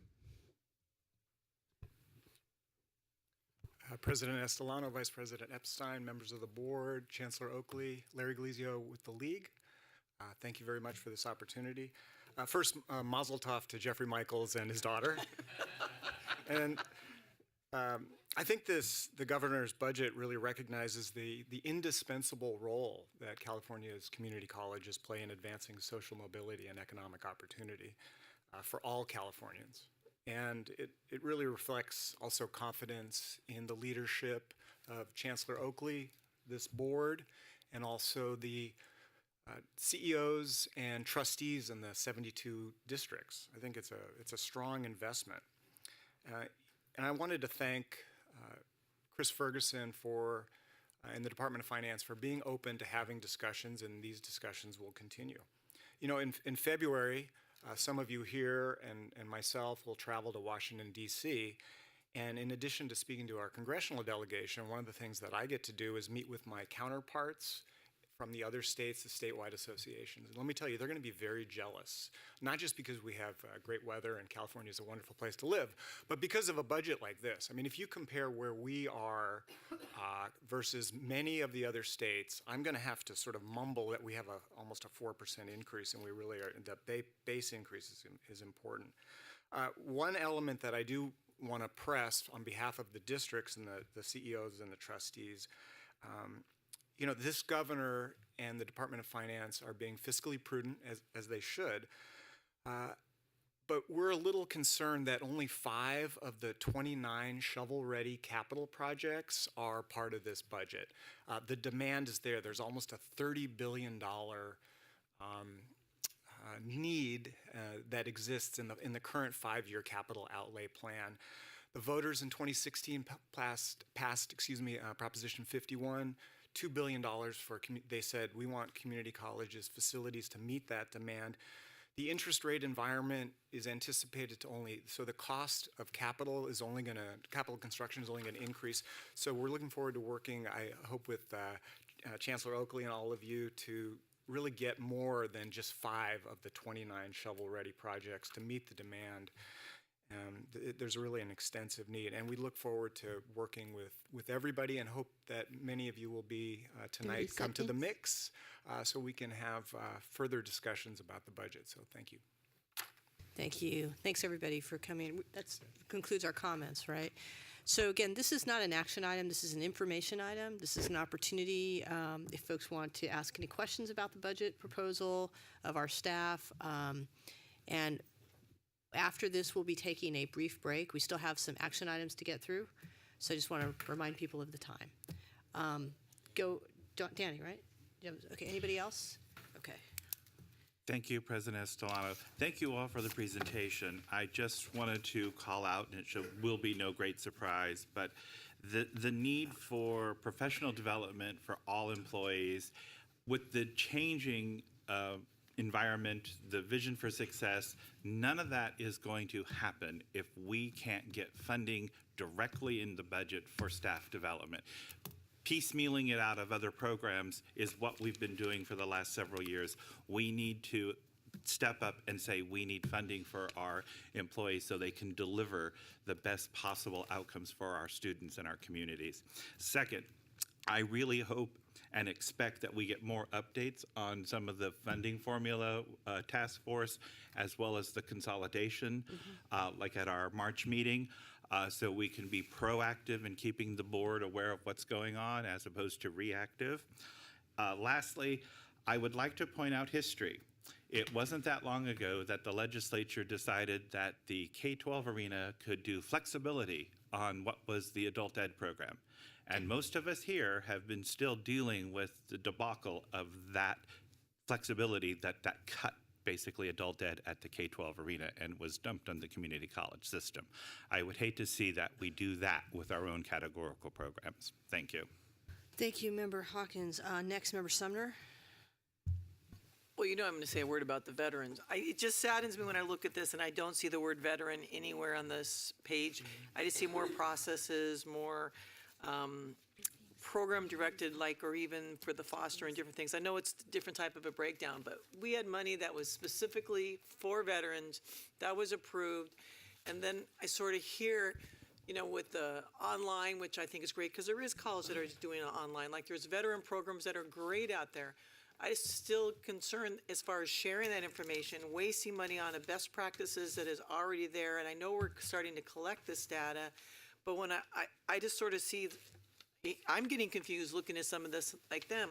Online we have it, so we're going to do money for that. We have veterans, but it's not in here, but there's millions of dollars that was appointed for veterans, but there's best practices. So we just got to do better with our money that we have, that we can really move forward, because we have so many processes that are already in place, that are working. So I just want to see that funding and that money, I don't want to see any student left behind, but I don't want to see any veteran that had hope with all the millions that we saw that was going to be given to them and the foster youth and stuff. And I don't see it anywhere specifically in here. I feel like we were left out. Vice Chancellor Mattoon, I think you wanted to respond to that. Yeah, thank you for those comments, Board Member Sumner. I did want to say that the ongoing veterans funds that were provided to the community colleges in last year's budget continue as ongoing funds. We only outlined the changes, and I can't remember how much of it was ongoing and how much. $5 million was ongoing, and 5 was one time. So the $5 million that's one time, we're in the process of the grant applications that will come in. We'll evaluate best practices. We'll award those colleges. And once we have back from those best practices what things are working really well for veterans, we might be in a position to use some of that information to seek additional budget items for those specific practices. Board Member Walker Griffin. Thank you for the presentation. It's actually really nicely laid out, but there's a question I have. Is there any money for student mental health services? I don't think I see that laid out in here. The reason why I'm asking that is because when I talk to my friends at different community colleges throughout the state, that's something that commonly comes up, is what's the state doing for mental health services? Because, millennials especially, we're going through different challenges than what previous generations have experienced, especially if you live in a place like where I live, the San Francisco Bay Area. As many of us know, it's one of the most expensive places, which leads to a lot of people having a lot of stress and anxiety. So I just wanted to make sure that there is some money going in there. And if not, let's try to propose for it, because it's a new day and people are going through some stuff. So that was just my question. Okay. That's okay. I think just similarly, we're in the process of sending out the money that was received in last year's budget in regards to mental health services across our districts. Board Member Fawn.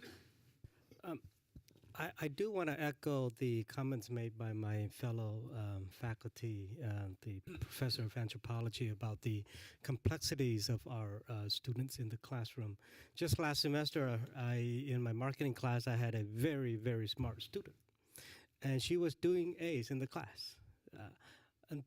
But at the beginning of the semester, we knew that she was pregnant. And her delivery date was around finals time. Or actually, she delivered 2 weeks prior to finals exam. And all along, I've been trying to work with her and make sure that she delivers the assignments and complete them all.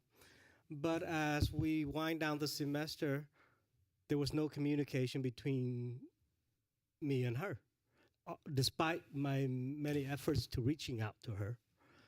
And the last email I sent her was, is there any way I can give you an incomplete so that you can actually not receive a failing grade for this class? And no response from her. I hope, she was well on all the stuff. But that she ended up not getting a passing grade. And that highlights the many, many stories that we as instructors in the classroom have with respect to our students. That despite the instructor's effort to help progress a student toward success, and despite the students themselves, their effort in succeeding the class, there are circumstances that would prevent them. And there are folks who have to go to work to support the family and all this stuff. And it would pain me to have any formula, not that I don't encourage and support changing some of the formulas in the funding, but it pains me to see that the instructor, the campus, or the district is penalized for that situation or for those scenarios I just outlined. And however formula we were to reform in terms of funding, I hope and expect that those scenarios or those situations should be factored into the dialogue. So those are my comments. Okay. Thank you. Vice President Epstein, followed by Board Member Haynes. Thank you. I have a couple of comments. I just want to respond to Member Fawn. I'm hoping that maybe this change that we're making on the agenda later today about an excused withdrawal might help a woman like that in her circumstance. I just wanted to start with some high-level remarks and then get down to more of the specifics. I support more faculty hiring, both full-time, part-time, professional development. I think it's very, very important to the system. I support equity. And but I also think that I understand where the governor is coming from on this. That our budget is now almost $9 billion in state funding, and he has for years had a philosophy of devolution, particularly in education, of responsibility down to the local governing bodies, and in a system as complicated and as dispersed as the governance dispersed as the community colleges are, that in a certain way it does make sense to set goals like our vision for success is set, and then hold the local districts responsible for that. And if those districts aren't providing adequate equity, faculty, veteran services, whatever, then it's up to the local community there to ensure that that does happen. The other thing, I kind of see this tied a little bit to the two items we had earlier, where they reapportion the districts to make them by district instead of at large. That hopefully will make, as this goes on, I think throughout the system, hopefully that will make those all the district governing boards more responsive directly to the community and to the concerns of those who maybe have been left out over the years. The other thing I think is, as I said, with our vision, we're trying to. I kind of believe in simplicity and to not have a lot of reporting requirements any more than are necessary. I know what a problem that is for an administrative system, and so with the vision and the money coming in, that hopefully the colleges will all adopt the goals that we all think are important and show progress toward that. With respect to the online college, about which I made a number of remarks last time, I've learned a lot more about that, and I'm quite comfortable with what's been proposed. I think the timeline is aggressive. I think we're all going to have to work very hard to make that happen. But I do believe that the population that's being targeted and the way that the governor has proposed in his white paper to implement this, starting with just 3 areas, I think will allow this concept to be tested, and then ultimately, it may evolve into something that those who are now worried about it will be more comfortable over time. And lastly, on the new funding formula, new apportionment, I also share the concern that the part of the money that's being held for completion and is that needs to be carefully implemented so that districts aren't penalized for having a more difficult to succeed student population, and that there isn't the kind of grade inflation that was talked about. I think that can be done with a lot of careful planning. I know there's been a lot of work on this over the years in many other districts as well. But I do think we should all kind of recognize, I think, what Larry Galizio said, is that we're a very lucky system to have a state government that gives as much financial support and frankly, kind of intellectual leadership to what we're all trying to accomplish. And I hope we can all work together to make the governor's strongly held views a success. Board Member Haynes. So thank you. So I guess I want to start off with a comment and an observation, and then I do have a sort of a minor question. And I think that the change that we've been going through is transformational, and no matter what you put in the front of that, change always causes anxiety. And while I am absolutely supportive of a number of these changes as we move forward, I also recognize that there is this little gut part of my stomach because we really, ultimately, we want to do it right, and ultimately, we are all here on behalf of our students, and so it's high stakes. And so while I have that little pit in my stomach, I believe that we do need to move forward. We need to listen to all of our stakeholders and the field and our partners to make certain that we're getting it right, to make certain that we not only hear them, but we help to address how we move forward. And so with that, and that also includes not just the funding formula, but the online college, because there's already existing work. And while I appreciate where the governor is going and this huge pot of money, so I don't want to sort of throw out the baby with the bathwater. I really want us to really think very seriously about what we do have, what we're looking to make work better, and then be value added to what we do next. So that's the comment. The question I have, and it has nothing at all to do with that, it really has to do with the extension of our full-time student success programs, and I'm losing my voice. And so there's the $1,000 and there's the $2,000. Yeah. And so I just want to make certain on behalf of students that that when we're talking about full-time, we're also talking about that student who, based on their work or based on there not being the right class, takes 12 units in a semester.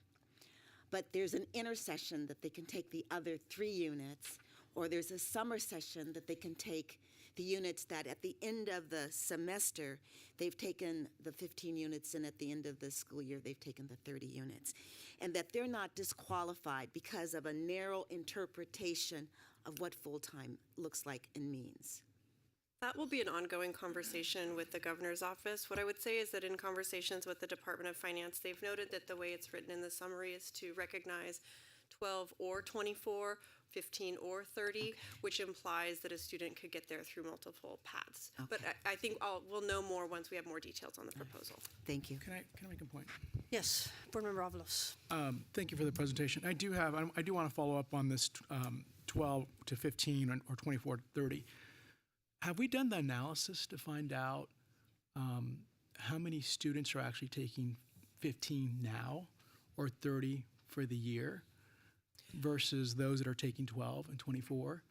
My concern is it's an equity issue, because the reality is the folks that can take the 15 or the 30 have the parents who can pay for it.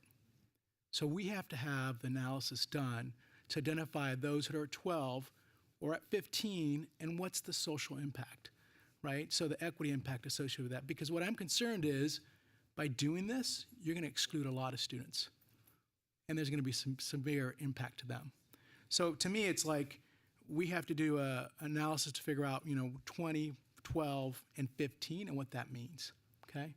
So that's my first question. Have we done the analysis? So far, the analysis that was provided to the department for the calculation of the formula and the costs was just based on unit accumulation for our Cal Grant B recipients. We've asked for additional data from our data folks to break that out to try and identify what student populations we're talking about, because we agree that those are very important questions that we want to answer as we move forward. Because the reality is most of our students work full-time or work 20 hours a week, and by adding this additional layer of 3 more units, that can disqualify a lot of students. So I'm concerned about that, okay? The next question is, in terms of the consolidation of the categoricals, are we talking about EOPNS, DSPS, CalWORKS, and childcare? Is that who we're talking about, that we're going to consolidate those groups? The department has really provided the Chancellor's office and this board the authority to determine the appropriateness and to come back with a proposal for the May revise. So I suppose, yes, those are categoricals. They have not specifically been proposed for inclusion or exclusion in this conversation. Okay. Because my question is, if we're talking about consolidation, who are we talking about, right? That's the first question, right? What groups are we talking about? What are they? And then secondarily, when we talk about giving flexibility, who's going to lose out on this? Is it the smaller categorical? Who's going to lose out, or is it the bigger one? I don't know. So somehow we have to get a better understanding of impact to these programs, because the reality is they're established for a reason, because they are helping and they're targeted. And when they are targeted, I think it has impact that can be quantified. If you do, a consolidation, then I'm worried about who wins and who loses. So can we look at that as well? Yes, absolutely. Okay, I think we have one more speaker request that just came in. Go ahead. All right, Vice Rebecca President. Silbert.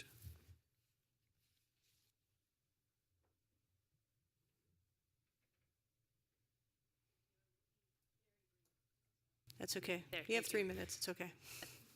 try to be less than 3. As many of you know, I work for the Opportunity Institute and lead a statewide initiative on currently and formerly incarcerated students. And we are privately funded only for 2 more years, with the idea being, can this system change? And I've said before, but it is estimated 8 million Californians have a record. And I have not talked to all 8 million, but I have been on many of your campuses and many communities doing nothing but this for 4 years. And vast, vast numbers of them fall into the some college but no degree category, and so eager to be on campus. And there are things about this budget that are pretty encouraging to us. We are working with a student population, largely young men of color, who have been advocating with their campuses and been told, I'm sorry, all our funding is restricted. Now, many of them are veterans, many of them were foster kids, but there are additional issues and concerns. Sometimes faculty raise concerns, sometimes the students need help, sometimes there's a partnership that needs to be forged with a community group or a probation department that will greatly benefit the campus, and figuring out how to do that is new. It's a new group of students and new best practices that we're just fleshing out right now. So on the one hand, it is very encouraging that campuses and locals would have the ability to allocate their funding to respond to these demands, which has been a problem for us in the last couple of years. On the other hand, and I do not have the answer for this, I raise this because I see that you're thinking about it very strategically. In the past, the way that this system and all systems incentivized learning about a new student group was through often one-time funding or categorical funding. So without that capacity, without that ability, even just one time, maybe multi-year, but one time, without that, we struggle a lot to reach these new students who clearly have a lot of stigma and some very real issues as we build out the best practices. So I don't know the exact answer. I think we're on the right path. But I would like to put this out there as something that should be in the mix as we think about the right way to serve these millions of people. All right, thank you. Okay, Chancellor, you want to make another comment? Then I'm going to have a comment. Yes, if I can just make, from staff's point of view, just a closing comments. First of all, everything we just heard is important to this dialogue, and I think they're the right questions being asked. They're questions that we were asking internally. What I would say in addition to that is we are also going to question these notions that we make statements of fact. We make statements of fact that we know how our students behave, why they're behaving, and we just learn to accept them. I question whether those statements are true. I question whether or not our students have to work, have to go part-time. I question whether or not the pregnant student is disadvantaged by our current system, or could we better support her and the millions of students that have all sorts of other life issues that get in front of them. We're also going to question this underlying paradigm that we're struggling with. Do we believe that local districts are the best place for decisions to be made, or do we believe a central authority is the best place to make decisions? This is going to be a constant friction in this dialogue and discussion, because right now we're living in both worlds. We believe that colleges and districts are in the best place to make decisions because they have elected boards, because they're in direct contact with members of their community. So on the one hand, we celebrate that. On the other hand, when we have discussions like this, we suddenly turn the corner and say, we can't trust them. So do we trust them or do we not trust them? I think it's going to be a fundamental question to this board. If we don't trust them, then we need to take a very different approach. We need to think about ending local districts. We need to think about ending the 72 boards that exist. And we need to think about centralizing decision-making in this office. We have 2 models for that, the University of California and the California State University system. If we don't believe that, then we have to believe that districts, colleges are in the best place to make decisions. And we have to find ways to hold them accountable, not to take their authority away from them. So I recognize that this is a struggle. It's a struggle that I dealt with for the many years that I was at 3 districts. And I don't have the perfect answer for that, but we have to choose. And so That then will drive how we ask questions, on how we think about changes. I happen to believe in our students, and I happen to believe in our colleges. I think if given the right incentives and the right accountability structure, they will all make good decisions. Will they all make the right decisions every single time? No. And that's why we will need the right accountability structure. So I just want to acknowledge that this is a struggle, that this dialogue is a struggle. And then also recognize the comments that were made about completion. We want to reward colleges for having the right conversations like Board Member Fawn described. We want to reward them for looking at their student body and asking questions, how can we support that completion? Not how can we short circuit that? Think about it. We raised questions today about unintended consequences of our funding formula. Think about all the unintended consequences we suffer from today with a funding formula that's strictly driven by enrollment. I assure you, I can walk into any community and look at what's going on between colleges in the same area. They're looking for ways of stealing enrollment from each other. They're looking at ways to ensure that at the third week, we have as many students in those seats as possible. Those are unintended consequences. So we have both sides of this. And I recognize that there isn't a perfect formula, but what I do recognize is you have a Chancellor's office that understands the concerns and that's going to continue to work through these concerns. Will we get it right from the bat? Probably not. But we're committed to continuing to look at this. And then the final thing I'm going to say is there's questions about, at least from the Chancellor's office point of view, is the online initiative in this budget different than OEI? And the answer is unequivocally yes. It is very, very fundamentally different. And I recognize that that has not been clear, but let me clarify that. We are not looking to duplicate what we do in OEI. We are looking to strengthen what we do in OEI. The online education initiative needs to continue to grow at a much faster rate because there are traditional students who are accessing online education. And folks, we need to decide, are our faculty doing a better job in online education or are they not? Because I've heard both today.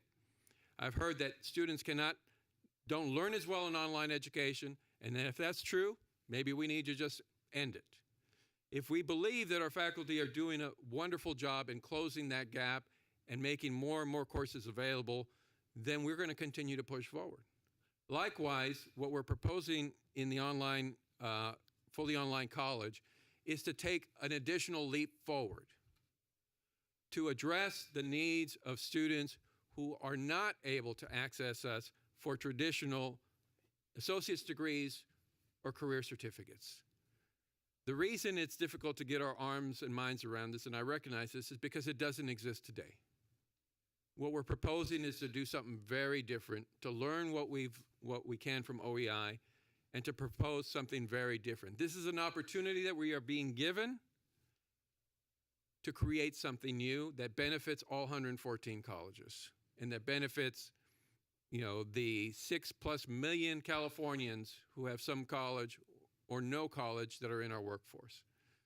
So I just want to thank everybody for raising the questions that you did, because these are important questions and these will need to be dealt with, and there will be multiple answers to these questions, and what we know today will be different than what we know a year from now or 2 years from now, but we have to have the confidence in our system that we can deal with those questions and we can continue to improve. Thank you, Chancellor Oakley. That was supposed to be an applause line, I think. No, that was great. That was great. I want to say a few words about the budget proposal as well, but I really appreciate you stepping forward so affirmatively and just really making those choices clear, right? The philosophy behind this. So I, for one, am really excited about the funding formula discussion. First of all, let's just frame this. This is the beginning of a conversation, right? The governor always proposes a budget, and no, he doesn't tell all of us in advance what it's going to be. That's the way he's the governor, right?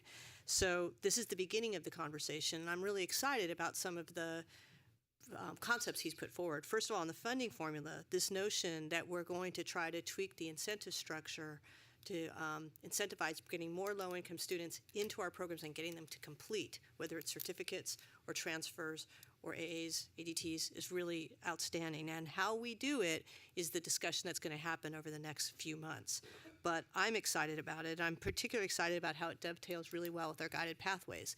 Because if we get the funding formula tweak right, that plus the guided pathways equals better outcomes for low-income students, which is the vast majority of the folks we need to target with our system. So I think, you know, devil's in the details, and there's going to be a lot of discussions about this, but the governor is on the right track because the time for incrementalism is over. Second, on the online college, I've looked pretty closely at all the fact sheets and the white papers, and if you haven't read the white paper that the governor put forth, I commend it to you in detail, in particular pages 7 through 9, where he talks about the 7 elements, or whoever prepared it talks about the 7 elements that are going to be a part of this online college. And the chancellor's right. It is not intended to be a direct competition with OEI, not at all. It's a different population that's being aimed at, and it's an opportunity to try the best practices where we get to be on the cutting edge of things like better mobile applications, having competency-based education, the type of flexibility that 2.5 million between 25 and 34 need. But also, there's the other 6.5 million, so you're talking almost 9 million people we are not reaching through our existing program. Again, this is about scale. This is not about incremental tweaks to our existing OEI, which seems to be doing well, but it is not at the scale we need it to be. So this is a different population for different goals related to education, related to workforce. We have to be consistent in our messaging, otherwise there's going to be a lot of confusion and a lot more tension than there needs to be. So people, if you haven't read that white paper, read it and commit it to memory. It's really important to understand where this debate is going. And there's a lot to learn. There's a lot to learn. But this is the chance for us to take what we've been doing in career education to another scale for a new generation that needs flexibility and accessibility in a way that we cannot get to scale, even with 114 colleges. Okay, this 115th is going to get us to scale that we need. The third thing I want to talk about is categoricals, also a big touch point.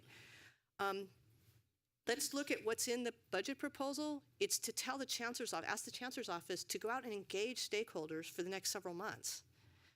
That's great. That's what we should be doing. And so all of the comments we've heard about the value of EOPS and DSPS, all well stated. Let's go have that conversation. My concern about the categoricals, it's, again, scale. We touch such a small sliver of these populations that we're targeting. It's a tiny number of students that get reached by these categorical programs. And we just want to hold on to these crumbs as tightly as we can. We need to look at how do we give the flexibility to local districts to deal with the specific needs of target populations in their districts. Is this the way to go? I don't know, but I'm certainly welcoming the outreach that the Chancellor's Office is going to conduct over the next several months as part of this budget proposal. The last thing is really minor, but I just want to call it out because when you said this, Laura, I was really struck by it. This notion of trying to get the private institutions, create an incentive for them to accept our associate degrees for transfers. This is not a small matter. We're very focused on Cal State. We're focused on UC. UC's tiny. But we really have to focus on the privates because a lot of our students go there. And the fact this little tweak between 2,000 and 1,000 and all that detail, or no, 9,000 and 8,000, it matters. And so I commend the governor and the Office of Finance for trying something to try to get those privates to take our students and accept our associate degrees to transfer. Because again, that's scale. We can get many, many more of our students on the pathway to a 4-year degree. So all this to say, this has been a great conversation. It's the beginning. It's going to be a lot of fun between now and the May revise, and then the adoption of the budget. So with that, let's take a 5-minute break. We're going to try to get through a few more things, action items, before we break for lunch in a closed session. So we'll be back at 11:25. Thank you.